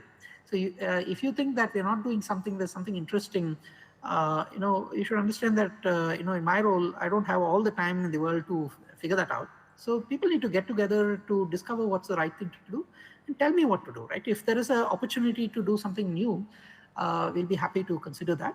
We are also thinking of new formats, like we're thinking of ANRF challenges format, which is like DARPA challenges to do things very differently. And we could have a new MAHA program that is organized as a set of challenges, right? So we are going to be innovating on the program formats and so on, but within the broad construct that I don't want to do small things. I want to do things at scale. I want to do things which are impact driven and so on and so forth, right? But at the same time, I would invite the community to come back to me, appropriately. I mean, but just don't toss things at me and say, figure it out, right? That's not going to help. Hello. Thank you for the really nice talk. One question I have is, how do we, to sort of produce, like, let's say, world-class research in India, how do we make research a more viable career option? Because I think a lot of people from school itself, things have to change in the way, the focus in school and even in colleges, right? Where it's not just about being a IT engineer or tech engineer. What steps can be done to actually make research itself a sort of viable career option? Because that's sort of the input pipeline that can then make research in India like sort of self-sustaining. Because there should also be changes in how school curriculum is taught then. Thank you. No, great points. See, if you look at the National Education Plan, okay, it covers all the way from basic schools to, sort of secondary, high school, and then higher education in colleges, and then research, right?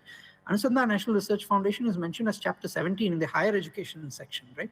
So there is other parts of the, sort of Ministry of Education that is looking into the earlier stages of the pipeline. So the point you're making is absolutely correct. But you should realize that as an entity, we have to have focus. Otherwise, I will do nothing well. Okay, so I come from the private sector where we want to make sure we do something well rather than doing everything badly. So therefore, we focus on the higher education portion, and that's my relentless focus that I will put. There are other colleagues who are doing things at the school level and pipeline level and transforming based on NEP. So that is the broader things that is happening on the school side. Where this Atal Innovation Mission is being integrated into Department of Higher Education. There are regulatory changes in how the regulators work, so that both the sort of the regulation of the arts and sciences and all other things are done in a unified way, etc., etc. Right? So there's a whole bunch of things happening there. And you're absolutely right, it's a pipeline. I would also say that we are also looking at the other side of the pipeline. When we do RDI, we are incenting industry and so on to hire more PhDs. So think of a company that wants to apply to RDI, the 1 lakh crore fund, right? First, they won't come to me directly, they'll go to an intermediary, who's a financial intermediary, and they will ask tough questions. I mean, what is the real research development innovation you're doing? So they'll say, oh, to do that, I need to hire PhDs.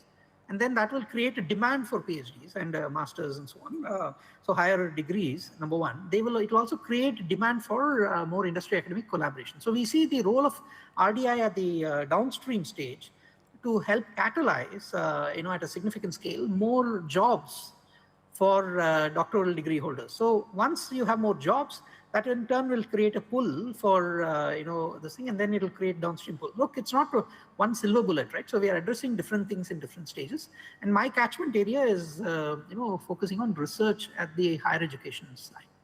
Okay, yeah, happy to hear, because it has to be done from both directions. Because thank you.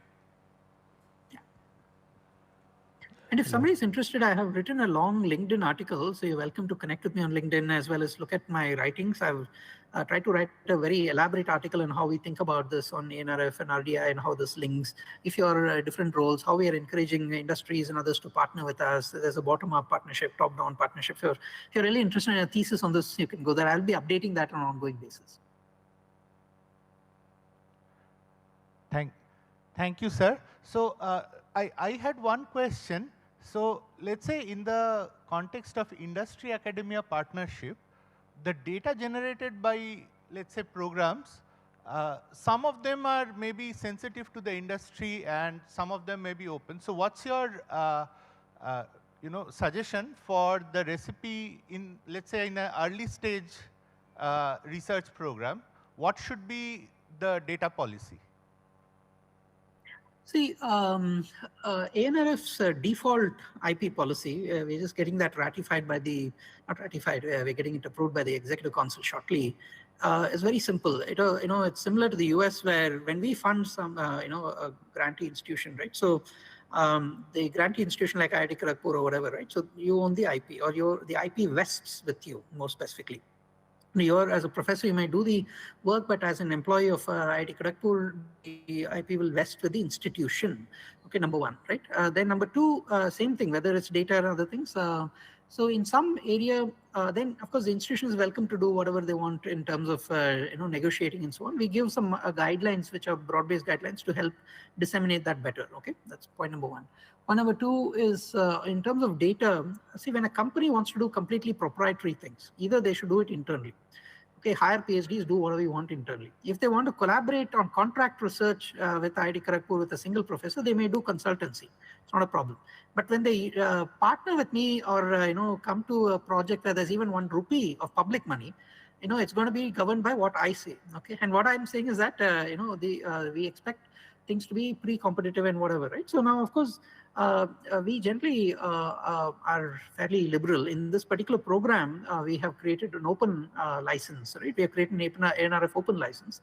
And you'll see us in some of our upcoming programs like the drones and so on. We are going to be expanding that for designs as well. So we would like to drive faster translation of that. So the data sets, for example, that are created will be open, right? So if somebody gets money from me on this particular program, it is meant to be to create fair open data sets. There could be other projects where the data sets, we'll be also creating repositories where the data can be put out and made shared and so on. We have to do more work on all of that.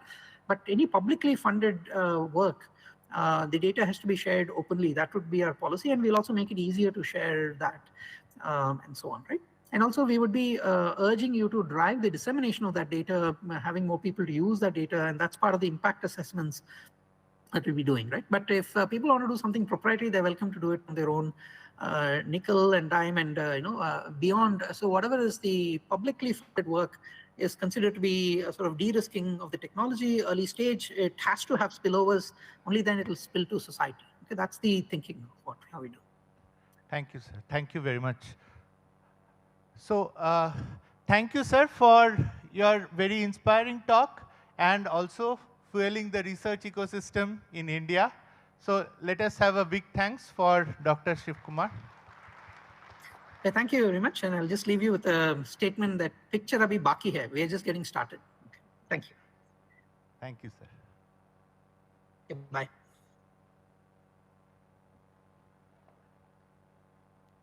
So yeah, so we break for tea and reassemble at 11.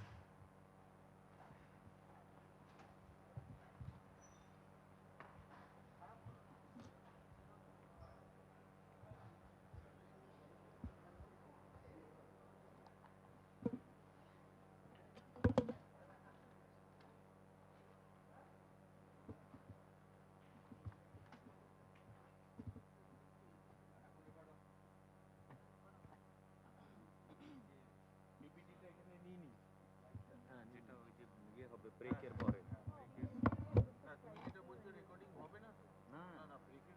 ব্রেকের বকের স্লাইডটা কই ব্রেকের টি ব্রেকের slide যেটা দেয় না হ্যাঁ ওটা আছে আমার ওটা দিন ওটা তাহলে এখন ইউটিউবে যাবে না ইউটিউবে ওটাই দিয়ে রাখি এখন ব্রেকেরটা আমি ব্রেকেটটা দিয়ে রেখেছিলাম তো এটাই এটাই হ্যাঁ আচ্ছা হ্যাঁ ঠিক আছে এই যে না ঠিক আছে এটাই রাখো ইউটিউবে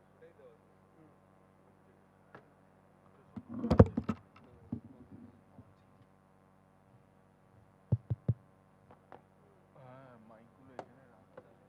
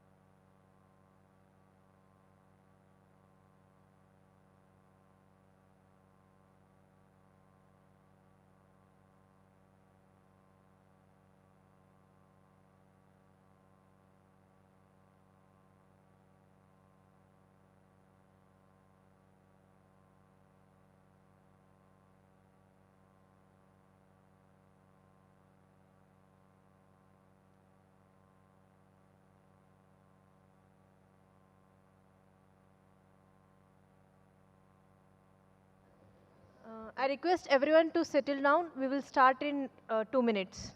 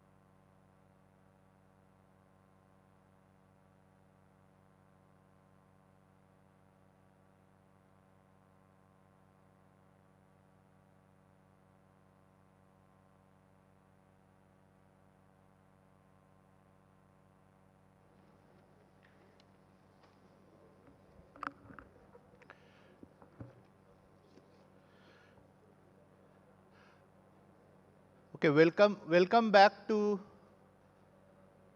the second half of the session today, the first session today, our session on AI for healthcare.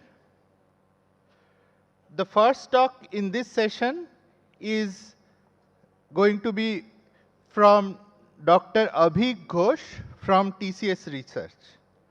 Dr. Abhik Ghosh has more than 25 years of experience in embedded systems and human sensing. He has been with TCS Research since 2006. He currently heads a research initiative looking at future of health, which aims at improving quality of life using digital technologies. His area of research includes sensing, TinyML, and health data analysis. He has more than 150 granted patents and an H index of 24.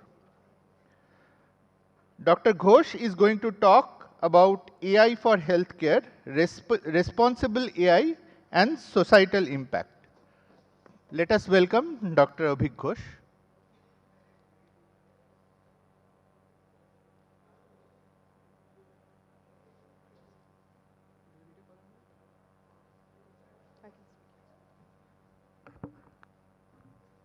Yeah, hello, good morning. I hope I'm audible. Yeah.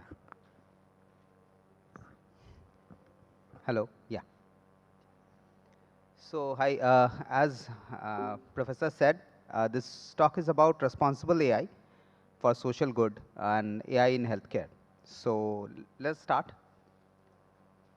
So, we start by looking at what is the promise that AI brings in healthcare, right? So, in AI, the AI revolution or the generative AI revolution, so to say, has brought in a lot of expectation in different industry verticals. Now, if we look at healthcare as a vertical, what does it mean or what do people think AI will change or AI will transform in the healthcare domain?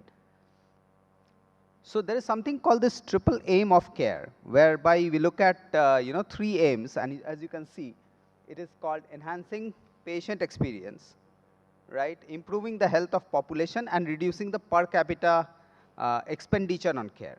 So these are three aims that have been set by the healthcare industry in general, but people believe that AI will help them achieve these aims, right? Then there is a promise of systemic improvement, right? So when we say systemic improvement, it mainly means in the provider segment, which means the hospitals. And systemic improvement means that you can improve the operational efficiency. So meaning how fast you can discharge patients, how fast you can admit patients. So more of AI in operations, right? Apart from core healthcare, which we'll not delve into in detail because that is not the premise of responsible AI to a large extent. But however, this is also a expectation from AI in healthcare domain.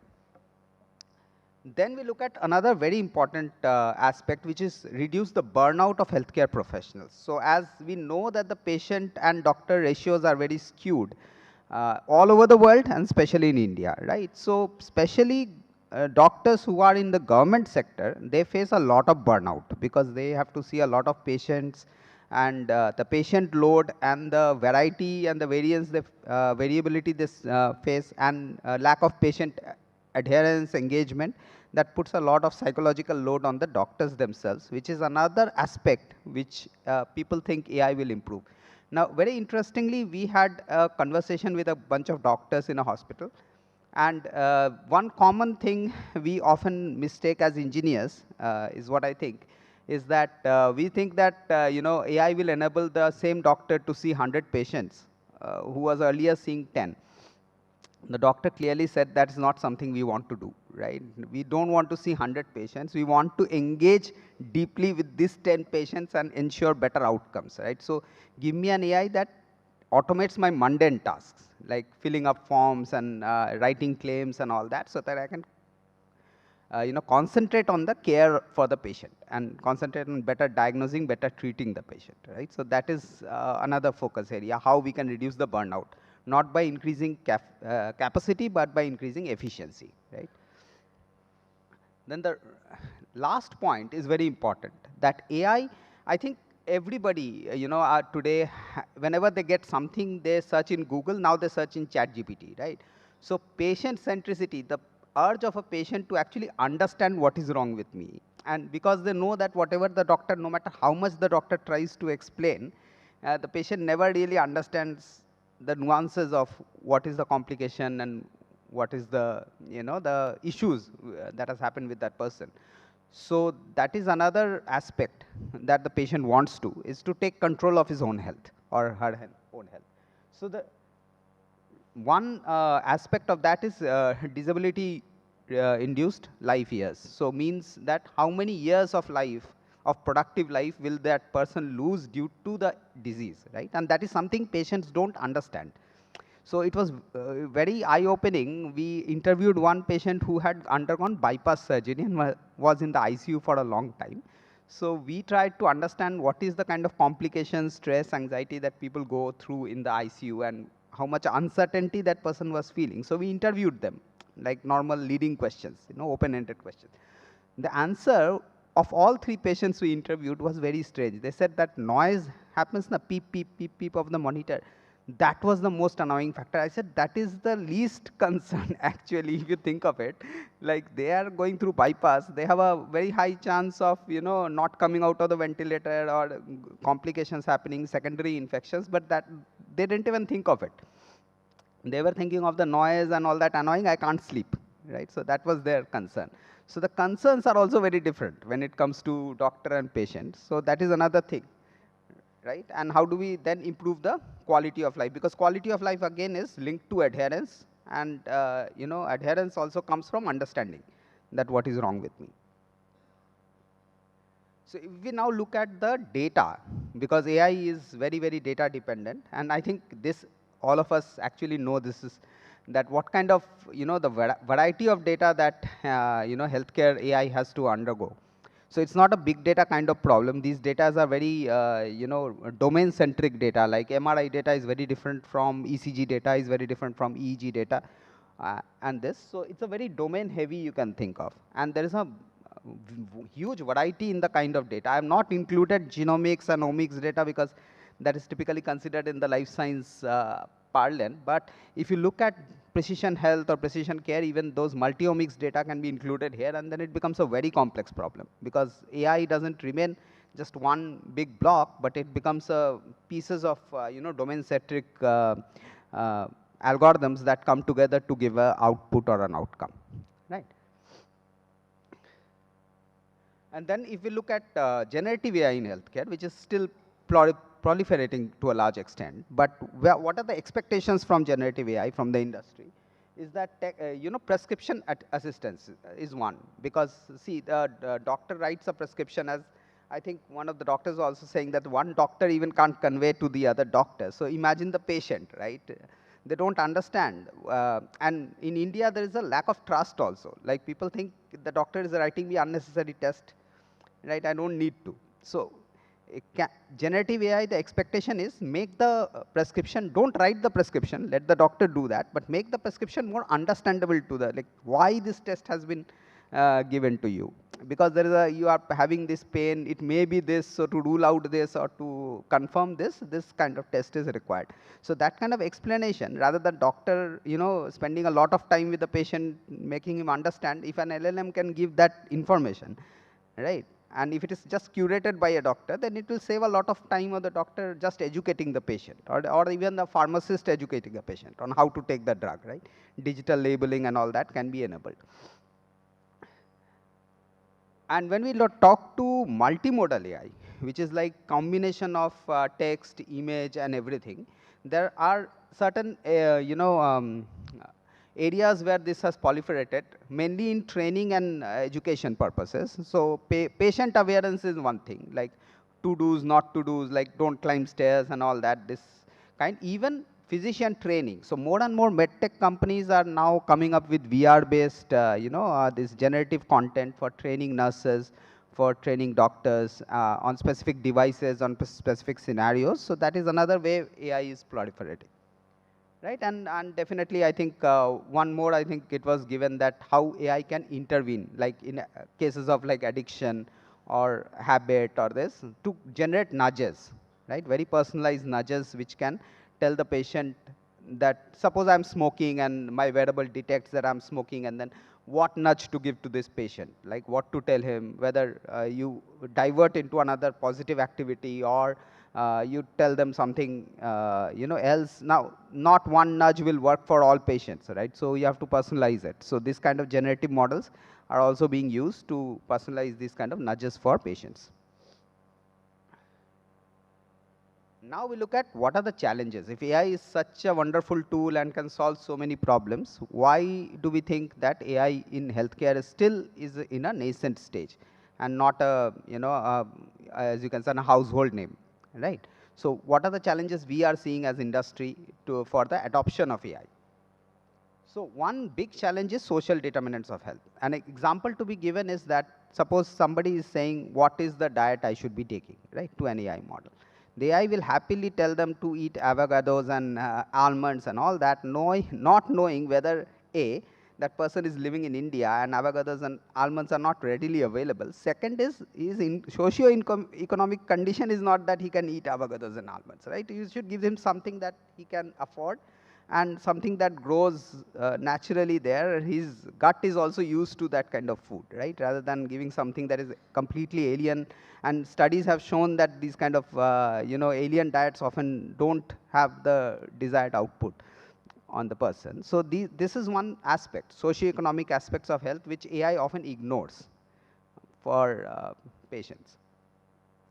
Then another issue is widening the digital divide. So if we know what the digital divide is, it means that certain people are more conversant and more used to certain technologies due to their economic status or their education or something. For example, if you have an Apple Watch, probably you can detect your AF episodes. But in India, the proliferation of Apple Watch is very low, right? And people using this kind of wearables and smartphones is low. So one fear is, if we rely too much on these kind of technologies, will it increase the digital divides between haves and have-nots, people who are tech-savvy and versus people who are not tech-savvy? And the health outcome will depend upon how tech-savvy you are, right? If you are very technology-savvy, then you'll have a better outcome of health. And if you are digitally illiterate, so to say, like our parents and grandparents are, and then probably their health outcomes will not be that great because they can't use all the devices and all. And the entire healthcare system is now dependent on these kind of technologies. So whatever AI we think of, it has to be, it has to make sure that it's not depending too much on the patient's ability to adopt technology. The technology should be given to the patient rather than the patient themselves trying to adopt a technology, right? And one big, another thing is, even if we talk about explainable AI, the main issue with today's AI in the clinical domain is lack of pathophysiological explanation, which means that what I think my earlier speaker was also talking about, that I think you have this because of this, right? So I think you have AF because your RR intervals were irregular and you were not having the required number of P waves, and I'm seeing a flutter in this region, and therefore this may be AF, and your AF is probably caused during the sleep. So you have a AF that is caused by tachycardia or bradycardia. What is the arrhythmogenesis of that AF? And based on that, what could be the location where AF, what kind of drug will I give you, right? Will I give you a beta blocker or something else depending on your arrhythmogenesis? So AI should be actionable, right? And that actionable action should also be explainable. So meaning that I give you a pathophysiological basis of why your condition is this and what action could be taken. Now it's up to definitely the electrophysiologist or the cardiologist to take that action and trust the AI because of the explanation it is giving. But just telling somebody that you have this is often, it is a black box. So you can't action on that. Especially a doctor will never action on such a thing. He will again do the examination themselves. And obviously bias is another problem. So often we see So often I think there was a call about that, we have this kind of, people who are trained on these models, who are trained on Caucasian data and do not work on our demographics. That was also a discussion yesterday.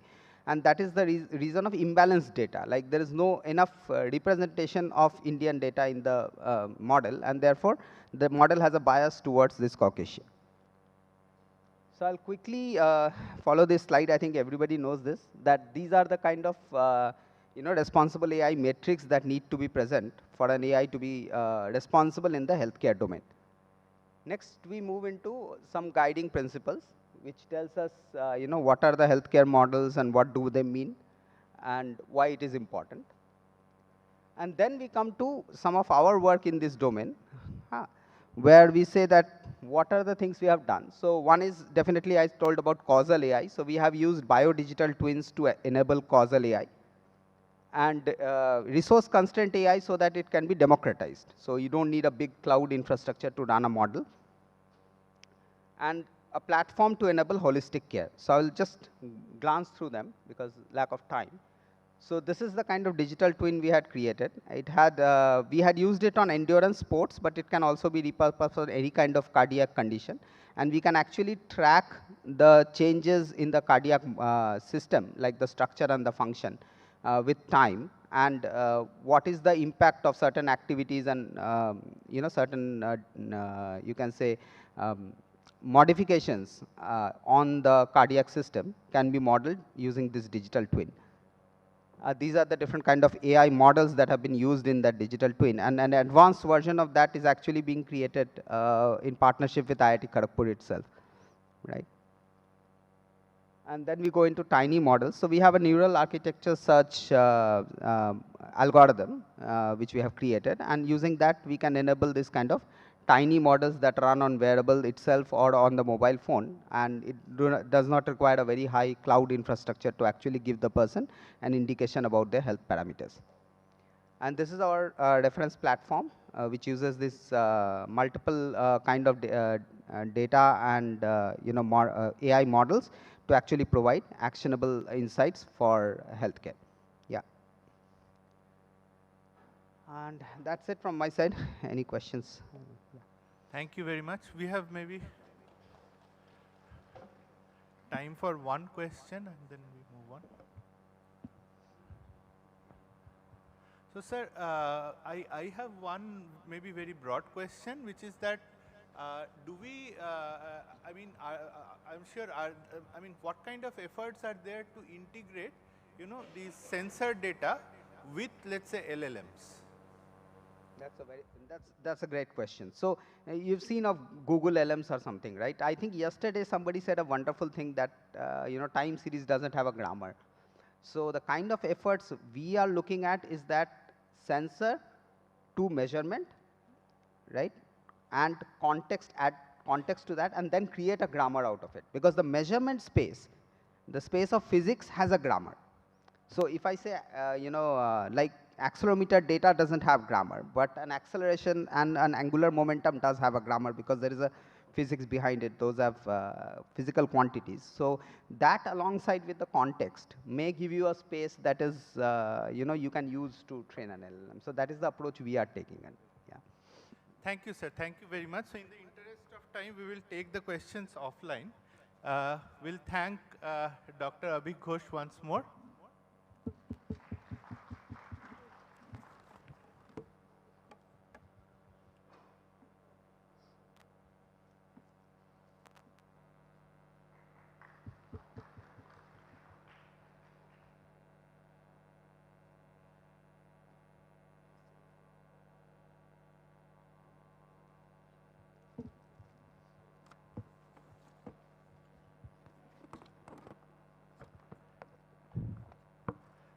So our next speaker is Dr. Sudarshan Sekhar.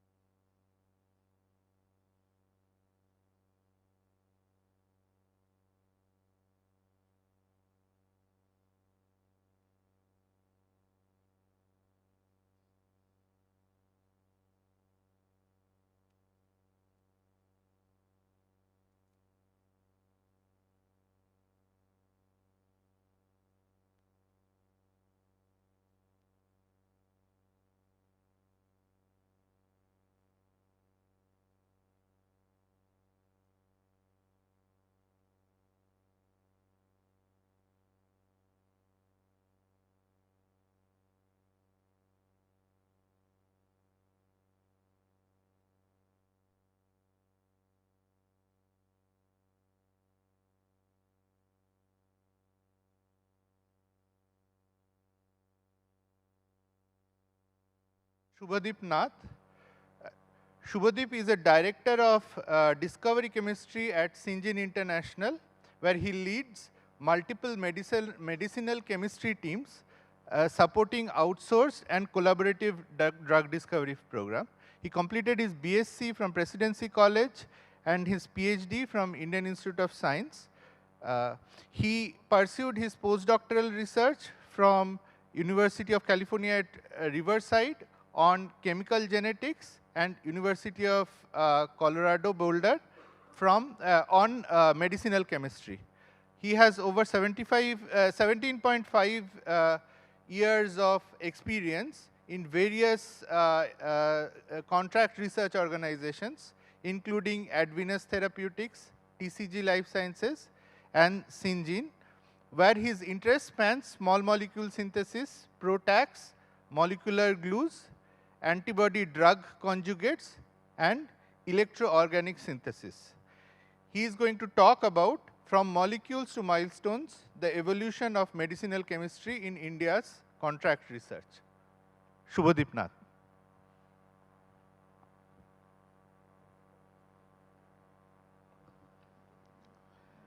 Thank you, Professor Saurangshu Bhattacharya, for the kind introduction. And I would like to thank IIT KGP for inviting me in this workshop. It's a really nice, wonderful arrangement. And special thanks to Saurangshu for talking to me over phone. So it's really a great honor for me to be here and share some of our findings. So I am coming from a contract research organization. So if you can see from the title, it's from molecule to milestone, and an evolution of medicinal chemistry in India's contract research. So I'll briefly discuss about where I come from.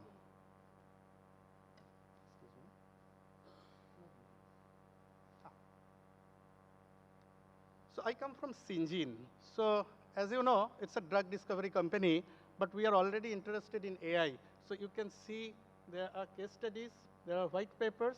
So Syngene's AI initiative in drug development, bioprocessing and manufacturing, characterizing and predicting physical properties of hydrocarbon mixtures using AI. And there is white paper harnessing artificial intelligence and digital technologies across biopharma value chain. So before I proceed, let me talk about Syngene. So Syngene, as you can see, yeah, is this fine? Yeah. So as you can see, Syngene belongs to the group of companies of Biocon. So Biocon Biologics, and Syngene. Yeah.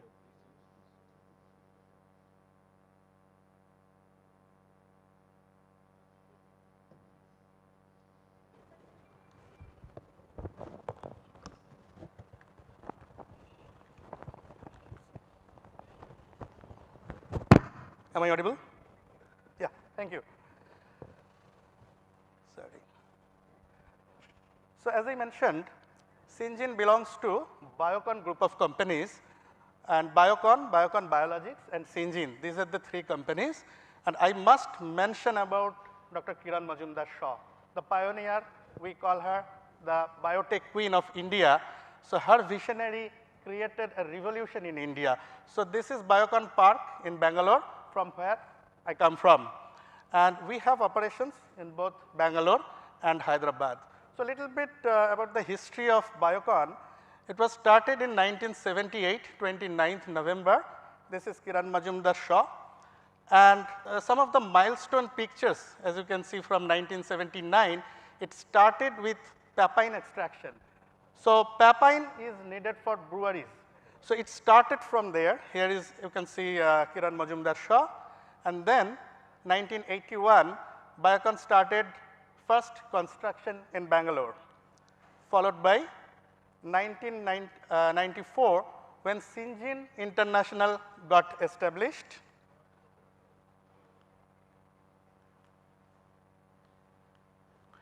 Then 2000, Clinigene. This is India's first clinical research service organization. The milestone continues. In 2006, Biocon Park, the picture I showed, India's first private biotech SEZ got inaugurated. 2014, Biocon introduced world's first biosimilar trastuzumab. The brand name is CanMab. Then 2017 is the first company from India to get US FDA approval for biosimilar. 2021, after COVID, you can see Biocon Biologics and Serum Institute, they went for a strategic alliance in vaccine development, and it continues. In 2025, so Biocon Biologics also started with other initiatives. So those who do not know Biocon, this is Remdesivir. This is produced by Biocon, and that helped many patients during COVID. So talking about Biocon, Biocon is a global pharmaceutical company, and it has mainly the focus area in the diabetes, oncology, and immunology.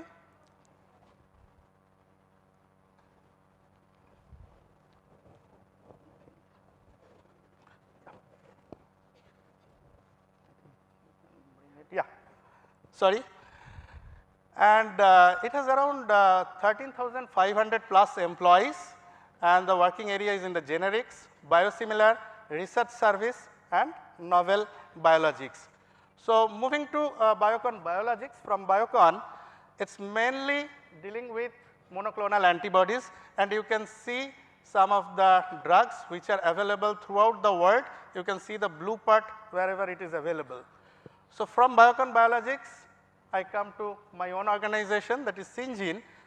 So Syngene is, Syngene is a contract research and development and manufacturing organization. So we call it CRDMO. So from the name you can understand, it provides integrated discovery, development, manufacturing service to pharmaceutical, biotechnology, animal health care, consumer goods, and agrochemical companies. So our clients are world leaders in their field, ranging from large and medium sized biopharma, emerging biopharmas or startups, animal health, agrochemical, and consumer products. So you can see some of our clients here. And in Syngene, we have different departments like discovery, development, manufacturing, and dedicated center. So in discovery, we have discovery chemistry, discovery biology, safety assessment, computational data science, molecular biology. In manufacturing, similarly, we have chemical development, formulation development, analytical development, translational and clinical research, and cell line development and analysis. And we have dedicated manufacturing for development and manufacturing service, antibody generation, viral testing clearance, bioanalytical laboratory service, protein sciences. And we have dedicated centers inside Biocon Park. As you can see, BMS, Baxter, Amgen, Herbalife, they have put up their own R&D inside Biocon Park. So moving to discovery chemistry, where I belong to. So discovery chemistry in Syngene has more than 900 qualified scientists. And the span of service extends across library synthesis, material chemistry, peptide synthesis, antibody drug conjugate and toxins, proteins, nucleosides, and carbohydrates. And we have a flexible delivery model according to our client. So we offer a full-time employee, that is full-time equivalent, that is FTE, or FFS, that is fee for service. So depending upon our client's requirement, we do our pricing model for synthetic chemistry services. So we also have integrated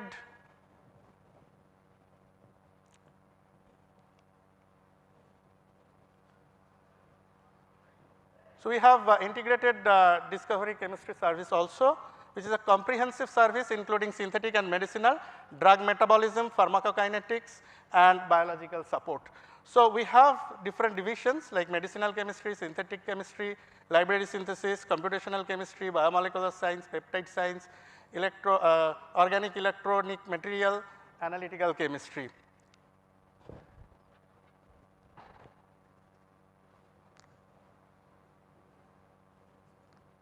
Okay, so I talked about Syngene. So now I would like to talk about CDMO and CRO. So what is CDMO? CDMO is Contract Development and Manufacturing Organization. So if you see the Indian landscape, this is 2024, you can see lots of companies work in the CDMO space. But if you see the CRO, that is the Contract Research Organization space, the numbers are pretty less. So if we compare with China, this is really less, and Syngene is the pioneer in this field. So CRO operation in drug discovery, if we talk about, this is the drug discovery sequence, and this outsourcing started after the globalization of India along with IT, and the major reason was the cheap resource available in India. And if you see this drug discovery sequence, it takes around 15 years to complete, and the most time consuming part is hit to lead and lead optimization. So initially the expectation of our clients were very different. They used to ask us to synthesize lot of compounds, but the expectation over time has changed, and India has also produced lot of good biologists and chemists, and because of that the expectation has moved to analysis of hits, high throughput synthesis, designing novel analogs, in vitro in vivo studies, route scouting and library synthesis in the hit to lead segment. And similarly in the lead optimization, designing hypothesis and optimization screening, PK/PD profiling, in vivo efficacy and toxicity study, and preclinical candidate selection. So this is the expectations. And if we talk about the timeline, so designing novel analogs and route scouting, these are the most time consuming part. And we talk about DMTA cycle. This is design, make, test and analyze. So when we make a molecule, we design it, we make it, test it, analyze, and again the cycle goes on to refine. The major challenge here is the make. So this is the slowest process. And what are the current challenges in CRO operations? So major challenge is novel structure designing, finding quick hits, delay in synthetic route designing, lack of quick problem solving, and solving drug properties and parameters. So these are the main challenges that we have. So our question is, can artificial intelligence evolve as a change maker? Can it help? So artificial intelligence in drug discovery already is in action. So drug discovery is a huge thing, and there are many areas, there are many big players. One of the big player is Schrodinger. They do the AI modeling and they have wet labs to test it. But from a point of view of CRO, we have a question that can AI help in finding an efficient synthetic route?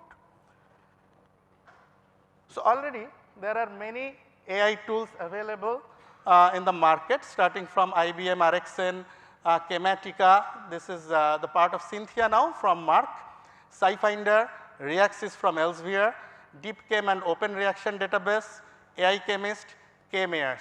But all these AI tools have different deficiencies and limitations. So what are the limitations? I will show you one example. So this is one example, I just did a case study. So this is the target compound here, and when I asked one AI tool to design the synthetic route, I got this. So whenever from a chemist's eye, I saw this route, I found this particular step is not realistic. Why? Because here you can see a tertiary butyl bromide. So how AI generated this model? It looked for similar examples in published domain. So there are reports of similar reaction with methyl bromide, ethyl bromide, isopropyl bromide. But when we go to tertiary butyl bromide, it does not work. The reason, any school child can say that it will undergo elimination. So there is a competition between elimination and substitution. So chemists know the problem, but AI does not know. Why AI does not know? Because the negative results are not published. So while coming to IIT Kharagpur, I was coming from Kolkata. So I found the easiest route would have been second Hooghly Bridge. But I saw the driver was taking towards the third Hooghly Bridge. So when I asked that why are you taking in a longer route, he said, sir, today is Sunday, so there is some work going on in second Hooghly Bridge, so I have to go. So driver knew it, but Google Map does not know, because nobody told Google to change this route. So, it is our duty to inform the negative results. So, what we do not do? We do not report failures. So, this is very important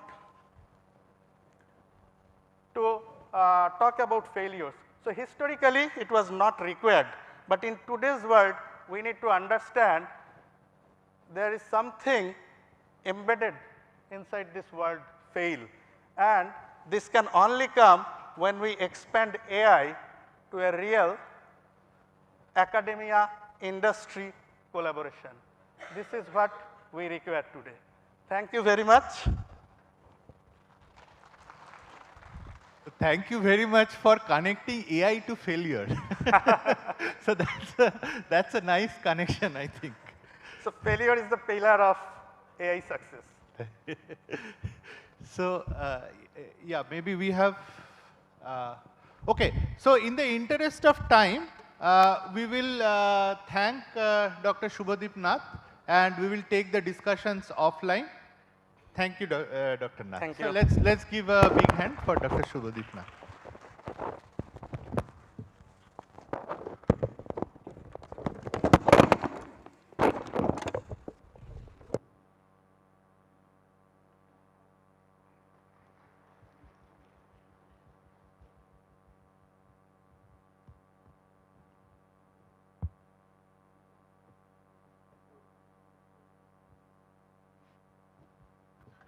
So with that, we conclude this session.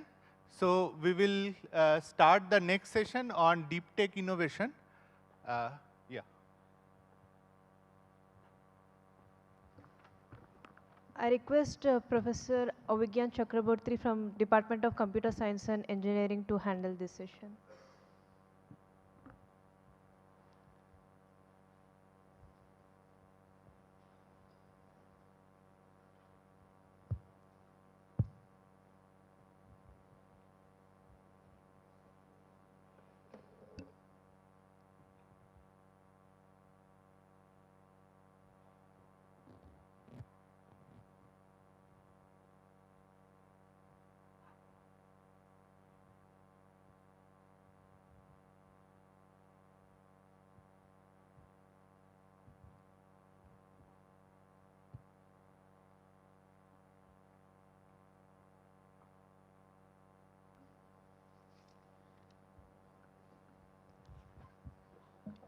Hello everyone, good afternoon. So now after a lot of discussion around the academic aspects, also some of industrial aspects around AI for science, now we are starting a session which focuses on how to commercialize whatever scientific idea you have.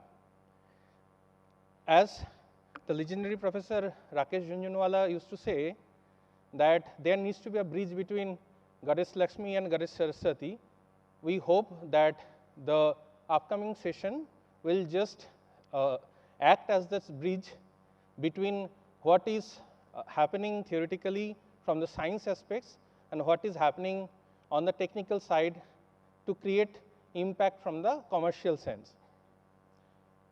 Now, for this session, we'll have two talks. The first talk will be from Rajiv Mandal, and then the second talk will be from Professor Manoj Mandal.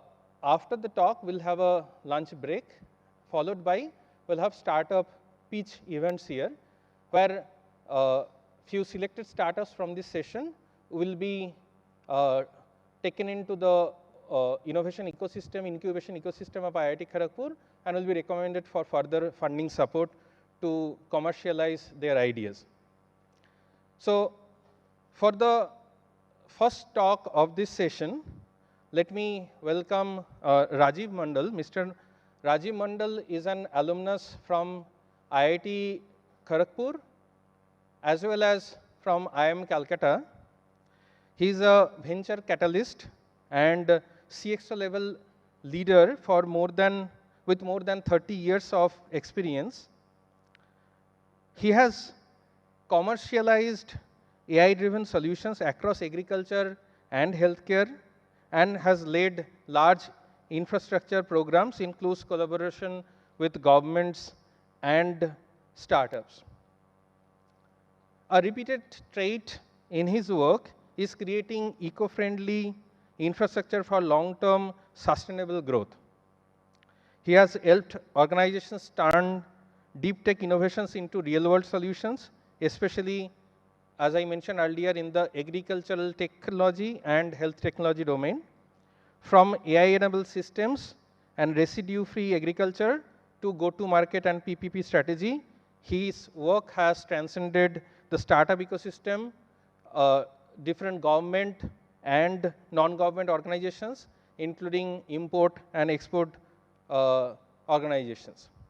So let me welcome Mr. Rajiv Mandal to the stage, and we look forward to hear his experience and his words of wisdom about how to commercialize innovative ideas from and take it from the lab to market.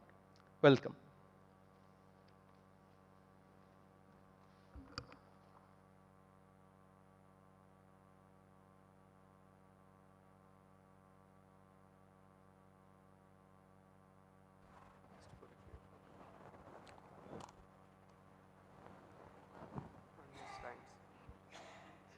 Slides are there, na?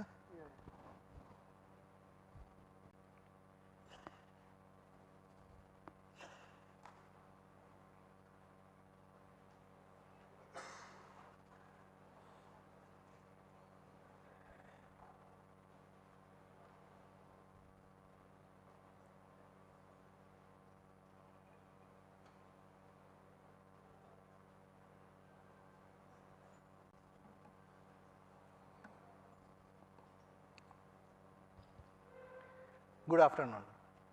I am Rajiv Mondal from Arogyam Medisoft Solution, and I heartily welcome, and I am really impressed, like there are so many students, academicians, PhD scholars, research scholars in this room awaiting or taking the next step towards, willing to take the next step towards getting into the venture, turning their research into something for the market, for the people. So, I had been into this field for more than 30 years into various kind of technologies where I have taken the technologies from the lab to the field and to the people, and have done these cycles many times. Sometimes it clicked, sometimes it didn't, as it happens. But you have to go on, and you have to learn from the mistakes, learn what didn't click from there to build on that and go ahead on this. So, making deep tech survive reality is the key.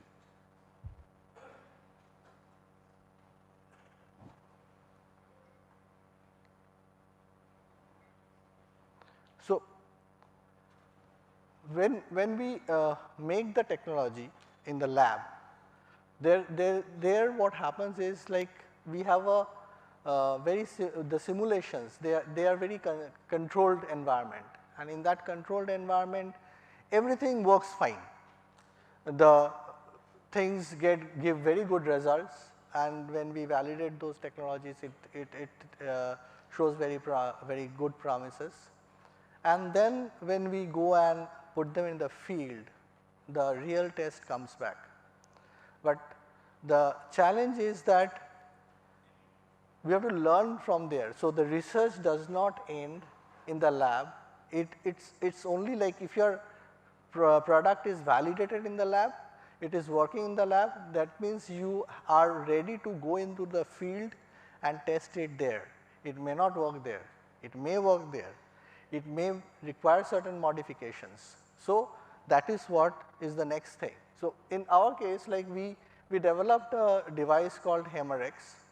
It was a medical device for our blood and urine analysis.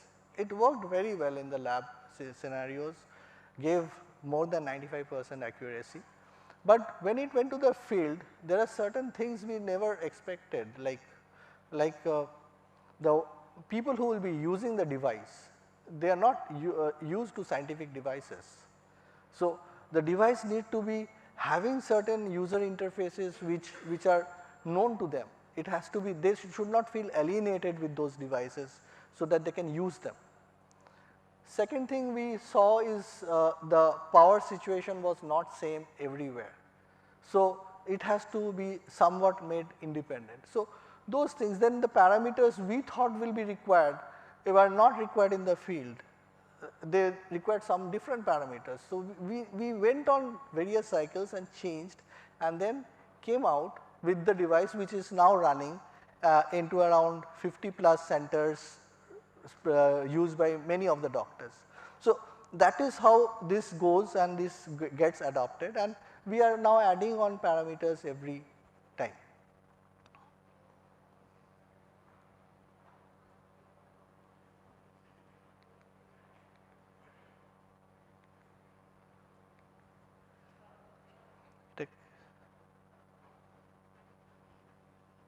So, as I was saying, innovation is not a straight line.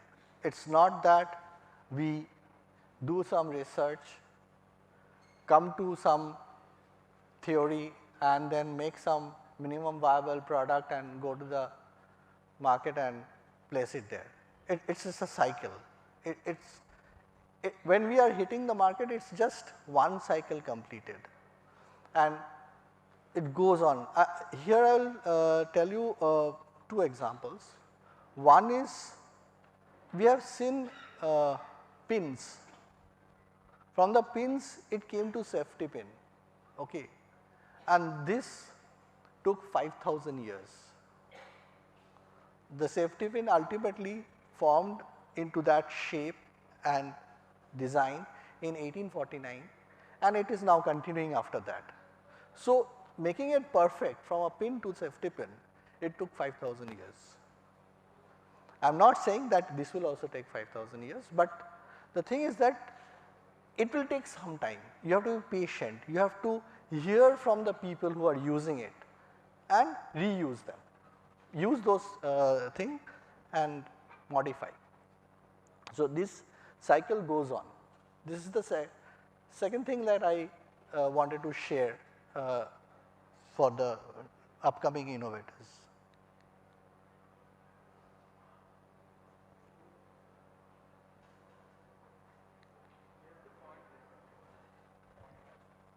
This side, okay.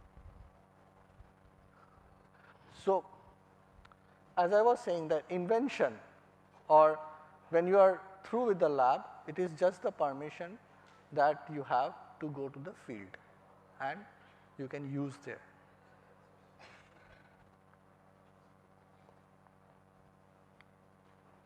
Second thing, most important, is that whenever you are getting into a venture, it is no more a research, no more a lab technology, it is now a venture, and any kind of a venture or a business needs to earn. So, in order to earn, this is something very important, that cost of the problem which we are solving should be more than the cost of the solution. If it is not there, it is not sustainable. So, the product that we are making, the product that we sometimes get very attached to the product, very emotional with the product, and we think that it is best. Without understanding the economies, without thinking that what people will adopt, and that is where we get a setback. A simple example, like when we developed a product for soil analysis. So, it was a replacement of spectroscopy. It is a AI powered spectroscopy, so we thought it is a very high end thing. But when we went to the market, scientists were not willing to touch it because they have their spectroscopes in their lab. Field people are not willing to touch it because it is too costly for them. So, we had to come to a pricing, a model where they can afford it, the field people can afford it, and at the same time we should not be compromising the quality or the delivery of the things. So, this is where you have to balance. Profit is not the enemy, you have to make profit.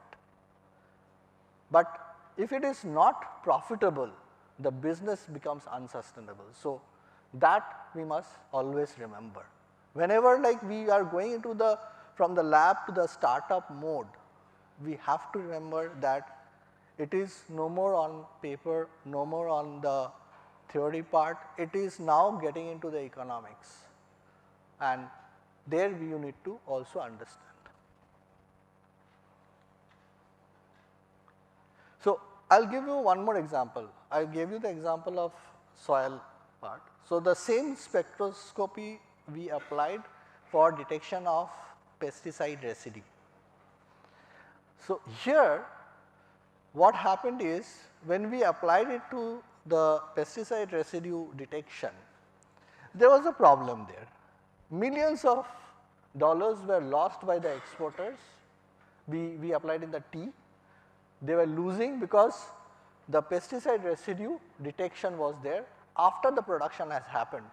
So, their entire batch gets perished, rejected, lost, and in fact, FSSAI has a rule that if pesticide detection is at a particular level, it has to be burnt out.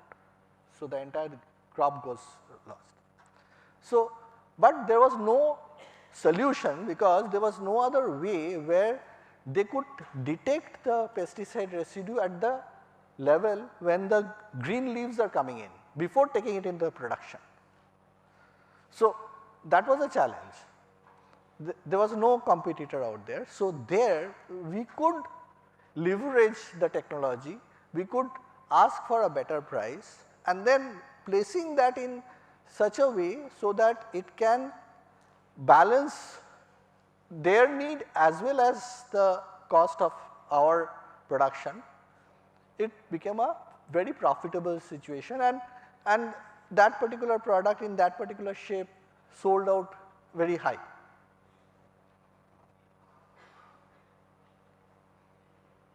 Because that was a time when the tea producers need to take decisions at the gate very fast.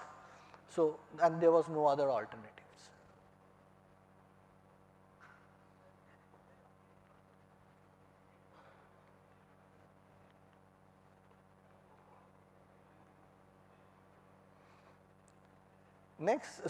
Next thing that I wanted to say is that we should not wait for a perfect product. Your product is never perfect. You make something, you go to the market, you will get feedbacks, use those feedback, modify, develop the product, and you go to the market again, and that way the adoption increases, traction improves. And if you are with the people, with the market, if you address their needs as and when it comes in, it becomes a very good synergy and the product traction or adoption increases. So, we should not wait when we are ready with our MVP, minimum viable product, go to the market and start selling it. You may get a very big backlash, people may reject and throw it away. Learn from that, modify your product, go back. So, that is how we should not waste time on making a perfect product where like it is clean and then we go to the market. You may be very late.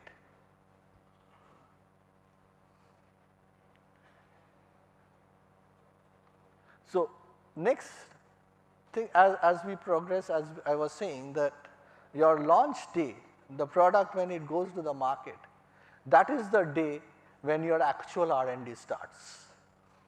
When you are getting feedback from the people for whom you are building the product.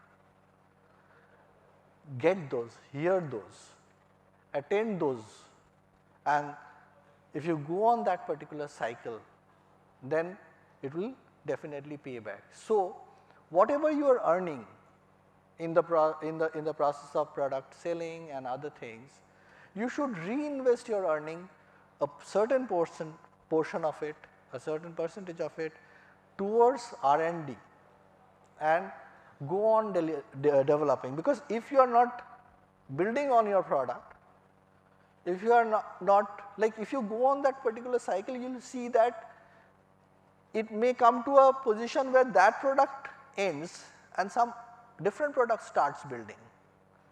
So, repeated investment in R&D, continuous investment in R&D is required even at the startup stage. Whatever small amount you can, you invest, reinvest in the organization.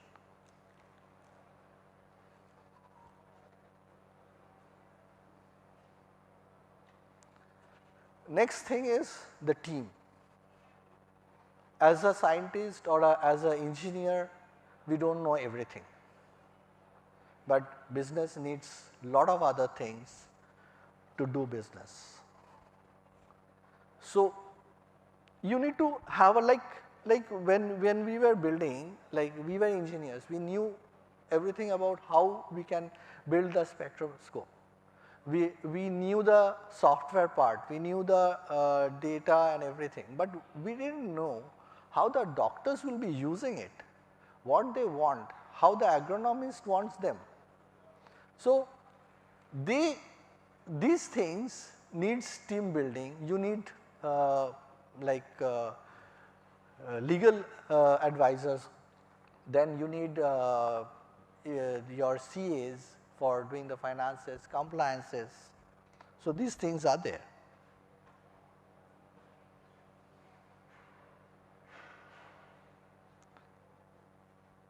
This is another very important, but it's a lot boring thing happens. People often neglect in going into the compliances, the certifications, and these are not just compliances certification, these are tools of marketing, because these things build trust. Your certifications, they are already trusted by people. You adopt those certifications, people trust you. You continue with those certifications, the trust builds up, and people trust builds the business. Without that, we do not have business.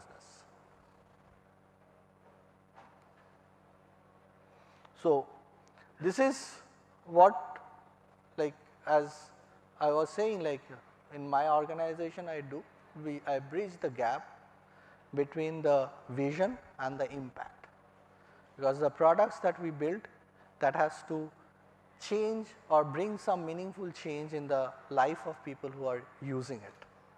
That is what. So, this is a very big prize that we got. Awards, other things are different, but when we go to the field and those workers in the field, they say that earlier for testing they used to have spent so many days, they have to travel, they have to sacrifice their wages for getting them verified, and now it takes 10 minutes at the doorstep. That is a price which nothing can match.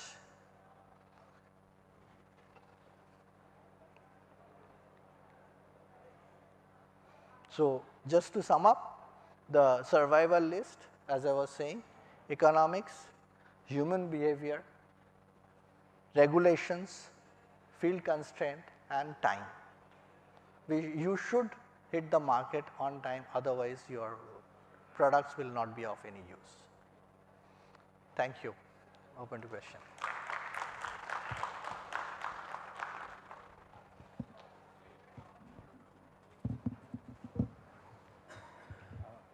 Thanks a lot for the very encouraging and very insightful talk. So we have some time to take questions from the audience. So please raise your hand and someone will just bring the mic to you. Any question from the audience?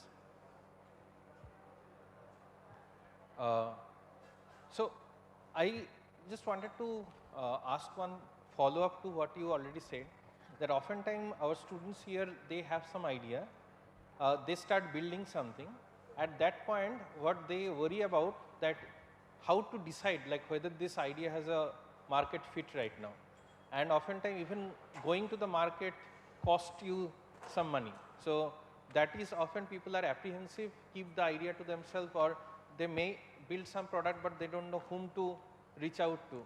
So if you can address that to like a budding entrepreneur who is just in the campus, maybe just trying out something from their hostel room, how should they look at this whole aspect?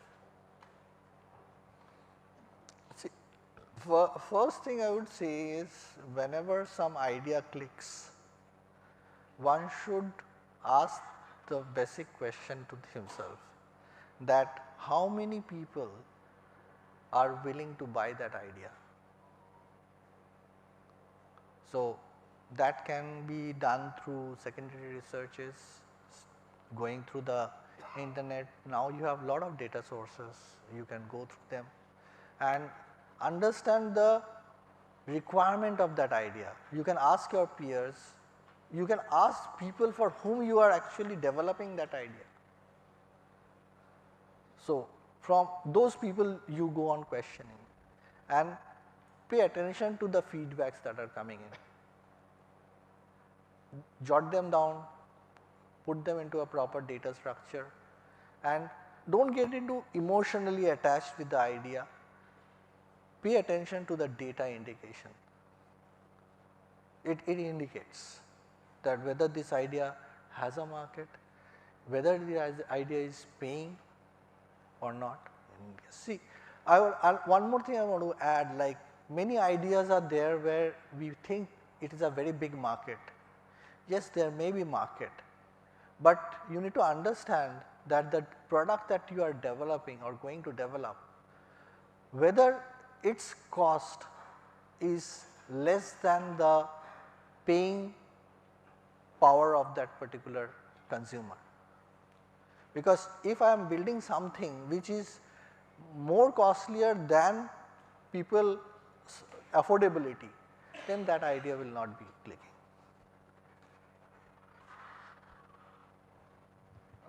Yeah. Yes, one question. I have a question. You said towards the end of your talk that we must try and deploy as quickly as possible, but sometimes this can lead to a, let's say, half-baked product going out too soon and thereby losing, because you only get one or two chances to actually get someone's attention or to capture a market, right? So if you send something out that makes people lose trust in it, it may work if you had developed it for a year more. How do you balance that? If you could speak to that a bit. Thank you. Yes, like I said that you have to hit the market earliest. I didn't say you go to the market with a half-baked product. Like if your cake is not baked properly, people will not eat it. So it is very essential that before hitting the market, you have to bake it properly. So you have to make your product, reach it to a minimum viable product form before going to the market. So you have to validate those things in the lab. You have to check certain parameters, whether it is field ready, and then go to the market. So, and when you go to the market, whatever you claim, whatever you say that this thing is going to solve these problems, these issues, it should be doing that. Don't overclaim. If it is going to do 50 things, claim 50. Don't say that it can do 100 things. You say as of now it is doing these 50 things, it has possibilities to go to the 100 things. Set the expectations which you can match. That way it will never fail. In fact, like in our case, when we went out with that particular, there is a Leaftron, leaf analyzer, like plant health analyzer. So when the customers asked for it, it was developed because some customers asked for it. So when the customers asked for it, they asked a lot of things, but we said we can do these 5 parameters. If it is okay with you, you take it, otherwise you do not take it. And eventually those 5 parameters then can increase to 10, it can increase to 15, because it is all data. More data I have, more training data I gather, the things improve.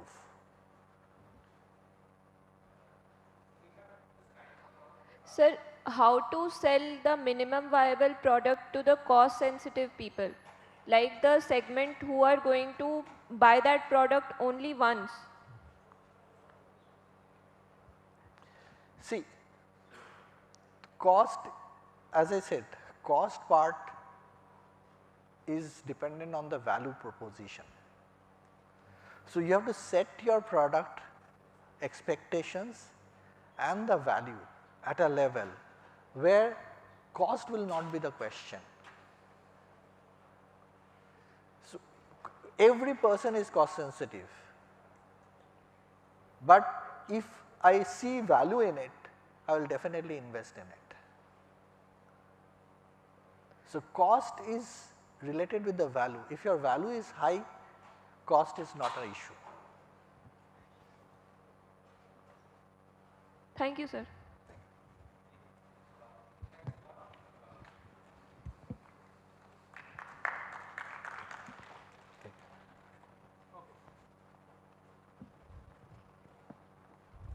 Thanks a lot.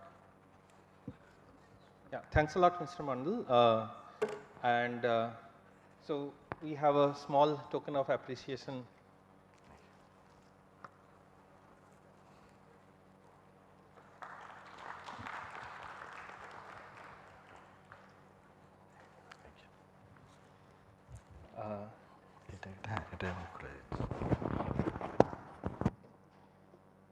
So our next speaker for this session is Professor Manoj Kumar Mandal. Professor Mandal is our current Associate Dean Innovation at IIT Kharagpur. He has been a faculty in our School of Entrepreneurship, and before joining academia, he has served in the industry, especially in the banking industry, where he has combined his financial acumen with deep technical expertise. Over the year, he has led the development of sustainable technologies for rural artisans and farmers. Apart from successfully leading a lot of sponsored research and innovation projects with companies like Sun Pharma, as well as with Khadi Foundation, he is currently deeply engaged in mentoring student startups. One of the startups he has mentored currently launched an IPO, it's Capillary Technologies. So I welcome Professor Mandal to share a few words, including what kind of support the current institutional ecosystem can provide to a budding entrepreneur. Thank you.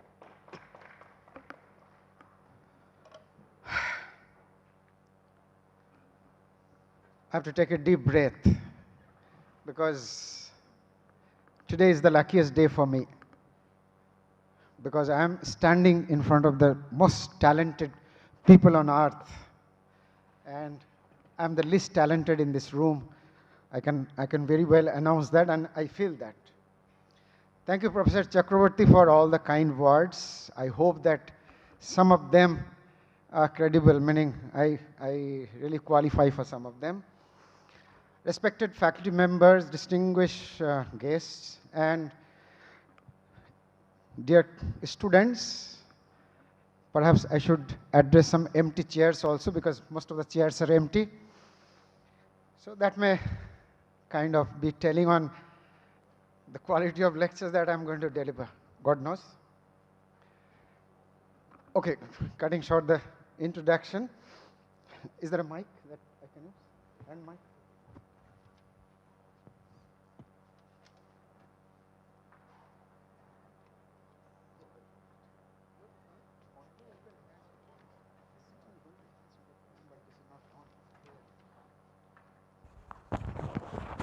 Okay, thank you.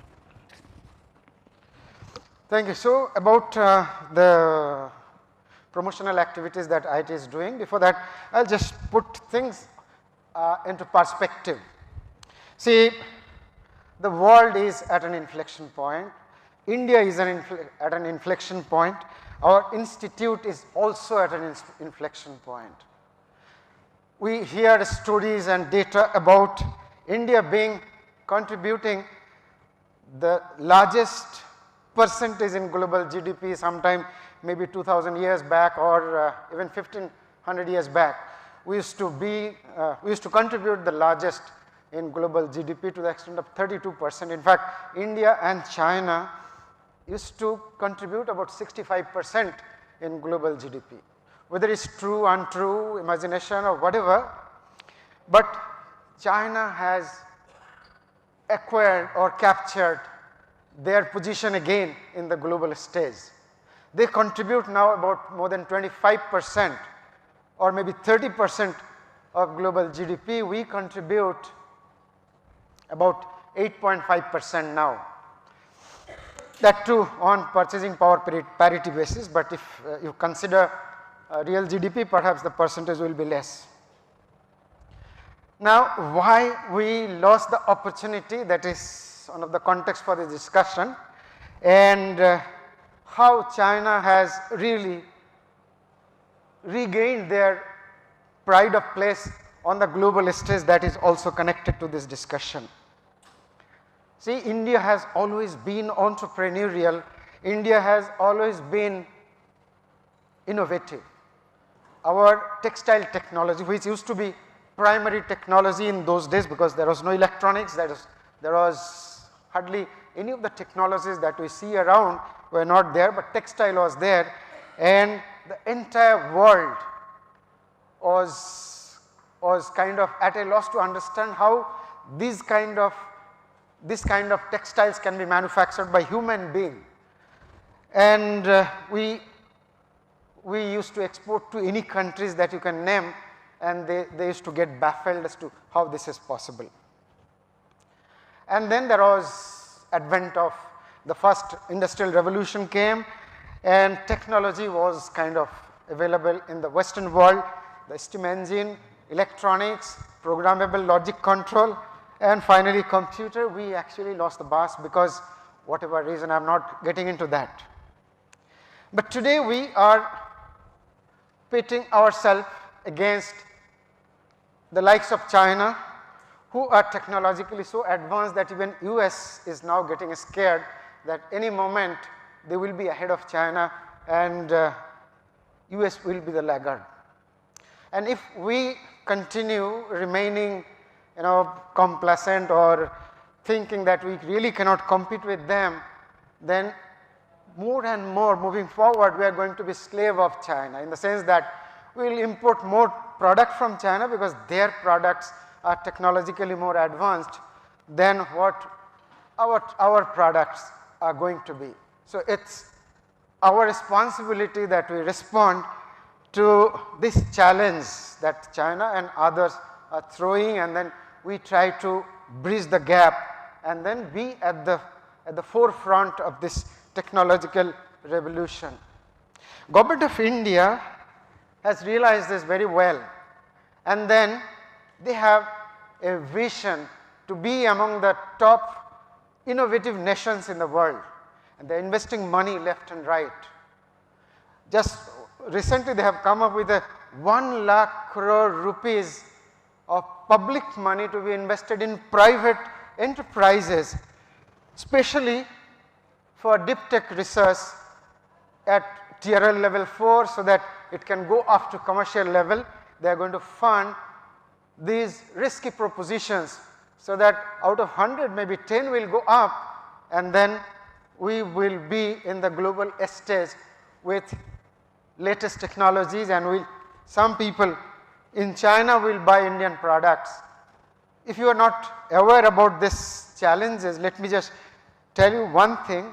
When you buy a cell phone, you just pay maybe 10,000 rupees to buy a cell phone, thinking that I am just paying 10,000 rupees to this company. You have no idea that about 500 people in many countries are getting your 10,000 rupees, a part of it. Their bank account is credited with maybe 10 paisa or maybe 1 rupee, depending on their patents, depending on the criticality of the technology in that device. We must do something, we must develop some product that when some Americans purchase a product, some money is credited to our account, our foreign exchange reserves goes up. Just take this example, at the cost of time. Take this example, actually I teach with too many examples, that is my habit, so I will repeatedly give example. Suppose we come up with technologies by which all our cars become electric vehicle and we stop importing fossil fuel, whatever that is, petrol, crude or even coal perhaps. Our export, annual import of crude and coal is about $300 billion. Our balance of trade is about $100 billion a year, which means $100 billion of our foreign exchange reserves is going out of country and it is making some countries richer than our country. In the process, our rupee is depreciating on a consistently depreciating. Now it has become more than 90 rupees. If by any technological revolution we can stop importing even 50% of this fossil fuel, our balance of trade will become positive and our foreign exchange reserve is going to go up just the way China is increasing their foreign exchange reserve. In the process, the dollar will be depreciating and rupee will appreciate. In a fits of imagination, suppose you assume that rupee becomes almost like Chinese currency, say it is like say $1 is equal to 7 rupees. If you have 70 lakh rupees in a bank account, you will have suddenly $1 lakh, not 1 lakh, $1 million in your bank. I do not know if the math corrects, I am on the stage, so I will be nervous calculating all those maths. So overnight you become a millionaire, which cannot give you 1 lakh rupees now, $1 lakh now, you get $1 million. You can buy anything, not anything, you can settle in any country in the world. You go to US, you buy a house for $250,000, a car for $25,000, rest of the money you put in some investment, you have a healthy life without bothering about anything. That is the power of currency, and that is the power of reduction of our dependence on other countries for fuel, for energy and whatnot. So here is the time for all of us to think, how can we engage in deep tech research and then create ventures so that we can reduce our dependence on other countries, rather other countries will be dependent on us and our export will go up significantly so that our currency value appreciates and we become richer. We become richer. Even a farmer who has a patch of land that is valued say 1 crore rupees, maybe by the side of highway or something, if rupee appreciates, sorry, even he becomes richer sitting at home doing nothing, because it is rupee that he is holding, maybe in the bank or anywhere. So that is the shortcut way of becoming rich, making rich everybody. Another idea, another motivation for becoming an entrepreneur is like this. You may be familiar with Maslow's hierarchy of pyramid.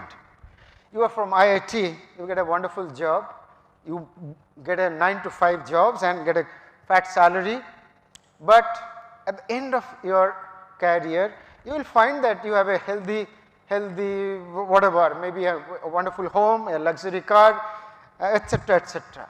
But at that point in time you will be thinking that, did I do enough for the society? I have a wonderful life, that is fine, But my classmate or some other guy elsewhere, he has created $1 billion company.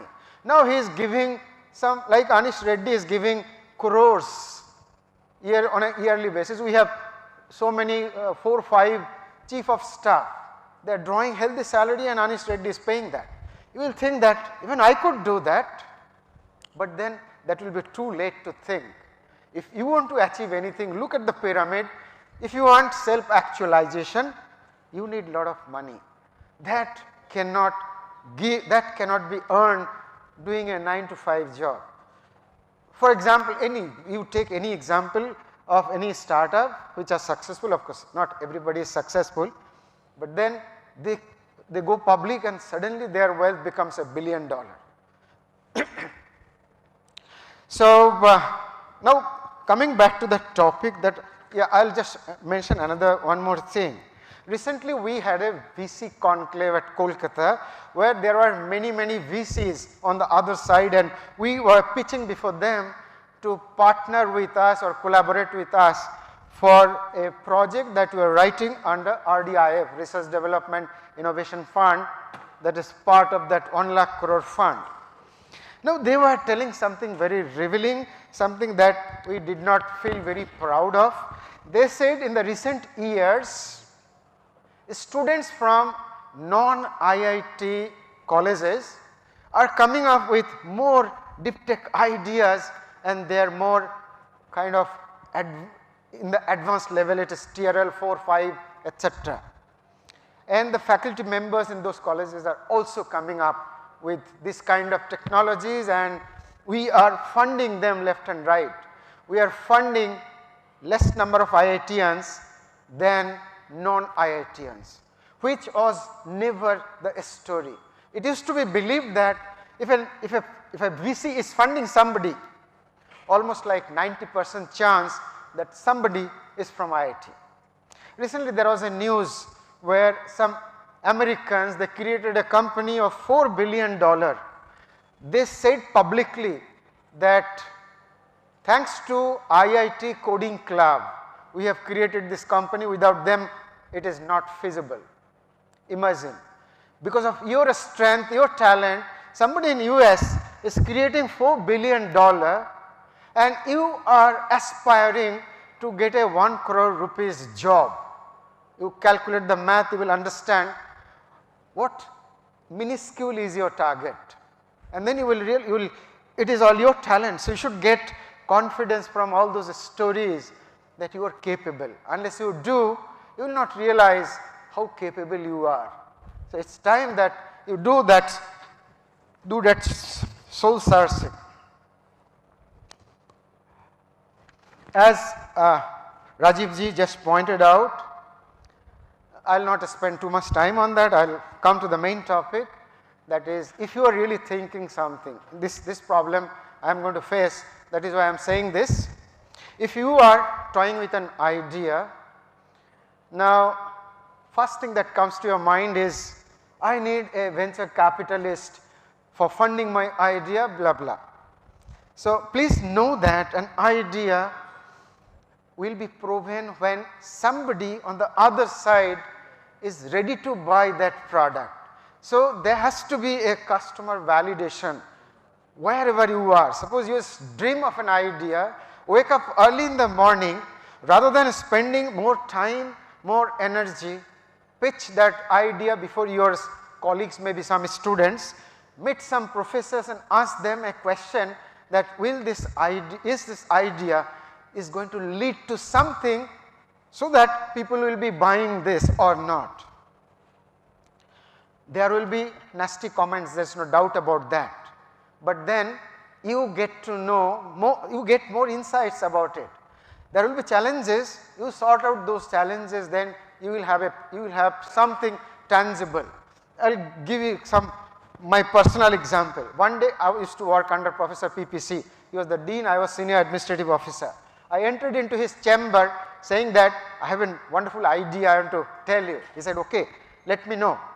So that was about a bicycle, how to reduce torque to drive a bicycle. I told him everything. He said, this looks like nonsense to me. because you know there are so many challenges, 1, 2, 3, 4, 5, 6, 7, 8 challenges that I see for which it's not going to work.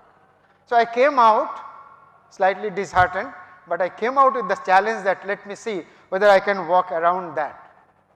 Next day I entered into his chamber again and I told him that you mentioned these reasons, and look, I have modified my idea, tell me now more challenges, I am going to come back with solution. Then he said, yeah, now it looks like it should work. And eventually I got a gold medal from a consortium of, there was a competition, it was conducted by Stanford University, University of Texas at Austin, Lockheed Martin Company and FICCI New Delhi. Whatever that is not the story. I started with pitching before Professor PPC, who gave so many challenging comments.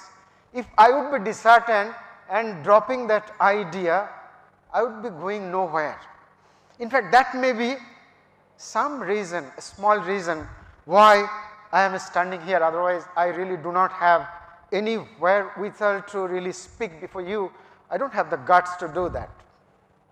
So what I am saying is, there is one guy called John C. Maxwell, he is a wonderful author. He wrote hundreds of books. He made one comment very wonderful: fail early, fail often, but fail forward. Meaning that you have an idea, pitch before people, try to make an MVP, as he said, that do not wait for the product to be perfect. Then you are going to spend so much time, so much energy, so much resources that if that fails, you may not have the energy to try something different or even pivot and do something, refine that product. So you have to fail early. You have to, like he was answering that, you know, you must not wait for a perfect product. There is something known as Pareto 80-20 principle. Try to build up to 80% perfectness and then try to meet people with your MVP, and if they say that this is not going to work because of, we do not like it because of this reason, explore whether you can sort them out, otherwise pivot, start something else, start quickly, so that very quickly you can start another and another. Thomas Alva Edison said, if I fail 50,000 times to do something, I have actually not failed. I have discovered that this problem cannot be solved using these 50,000 ways. It may not be 50,000. I have many examples where people tried 500 times with 500 prototypes and finally they succeeded, and they created billions of dollars of enterprise. So you should keep all those things in mind. Try to explore. There are many websites where people are saying that there are obituaries of failed startups, where people say that I failed because of this reason. If you read them, you will find that these are silly reasons. They are not really very significant reasons which cannot be overcome, which cannot be alleviated. It is absolutely doable. But then they did not know it before committing the mistake. You know it, then you are not going to commit the same mistake. One guy said, all I want to know, I think it is Charlie Munger. He said, if I ever meet God somewhere, I am going to ask him only one question. I am not going to ask him to give me more money or anything. I am going to ask him only one question: where am I going to die? And if he tells me that I am going to die at Kharagpur, I will immediately run away from here. I will never ever come to Kharagpur. It is figurative, meaning that if I know for what mistakes people are failing, I am not going to commit that mistake in my lifetime. So I am not going to fail for all those reasons for which people have failed. Now coming back to the topic, what IIT has been doing for this thing. I said government has a vision to position itself among the most innovative nations. Our institute, with the leadership of Professor Suman Chakraborty, we have given ourselves a mandate, a vision, that we want to see our institute among the most innovative institution in the world. It may not be the most innovative institution, but it should be among the most innovative. To do that, we are going to promote, we are going to provide risk capital so that you can aspire, you can empower yourself to take risk. We have started something known as G21 acceleration program, where student teams can get 25 lakh rupees for their final year of study. They will be relieved of any academic load. There will be no academic load. They will be evaluated based on their performance on the enterprises that they are creating. If they work harder, they are going to get EX. If they do not work harder, they are not going to get. We are going to give them global mentors who in those domains. So it is for you to take this advantage, register you for that acceleration program, spend 1 year of time. At the end of the year, we are going to organize a demo day when you have something like hundreds of VCs listening to you, somebody or the other. If they find it is tenable business model, they are going to fund you in millions of dollars. We have already got approved by our BOG a proposal to give 2 lakh rupees to a student who has a solid deep tech idea that looks like a deep tech idea, and he has proper say planning to take it forward, and it shows promise that it can actually come up with a viable technology. It may be at the early stage, it may be TRL 1, 2, 3 or anything. We are going to fund them 2 lakh rupees. And then on their journey at any point in time, if they show promise, there will be funding to the extent of 50 lakh rupees. Not that anybody and everybody will get that 50 lakh, but then we will evaluate the proposal. If we see promise, if there are, there will be committee, and there will definitely be a lot many proposals, that is what we are expecting. So institute is going to help you to dream big and plan accordingly. At least from financial perspective, there should be no problem. We have already collaborated with many other VCs, and they are all ready, just ready to jump on the bandwagon, and we will run multiple acceleration program, both for early stage ideas, then late stage ideas and everything. All the venture capitalists are also sharing the same vision. They want that India should innovate, and they are ready to give risk capital. So definitely, if you are really dreaming, there are enormous opportunities. So to cut short my lecture, I can see Professor Chakraborty is indicating how quickly I am going to end. So thank you very much for patient hearing. Thank you Professor Chakraborty and the whole team for giving me this opportunity. Thank you.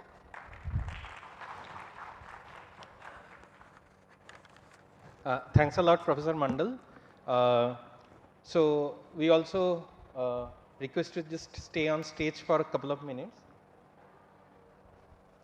So we just want to appreciate you coming here with a small. Thank you. I'm an insider, so these are all not so much necessary.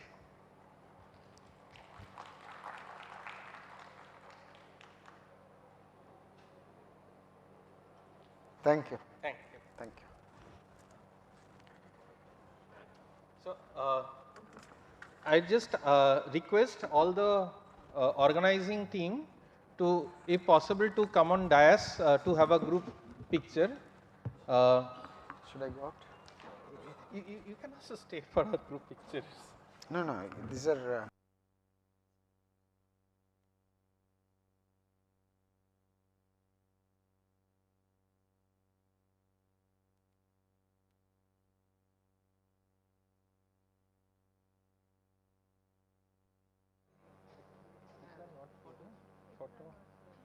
If they are outside, so maybe we can have the photo after lunch, maybe just before the starting.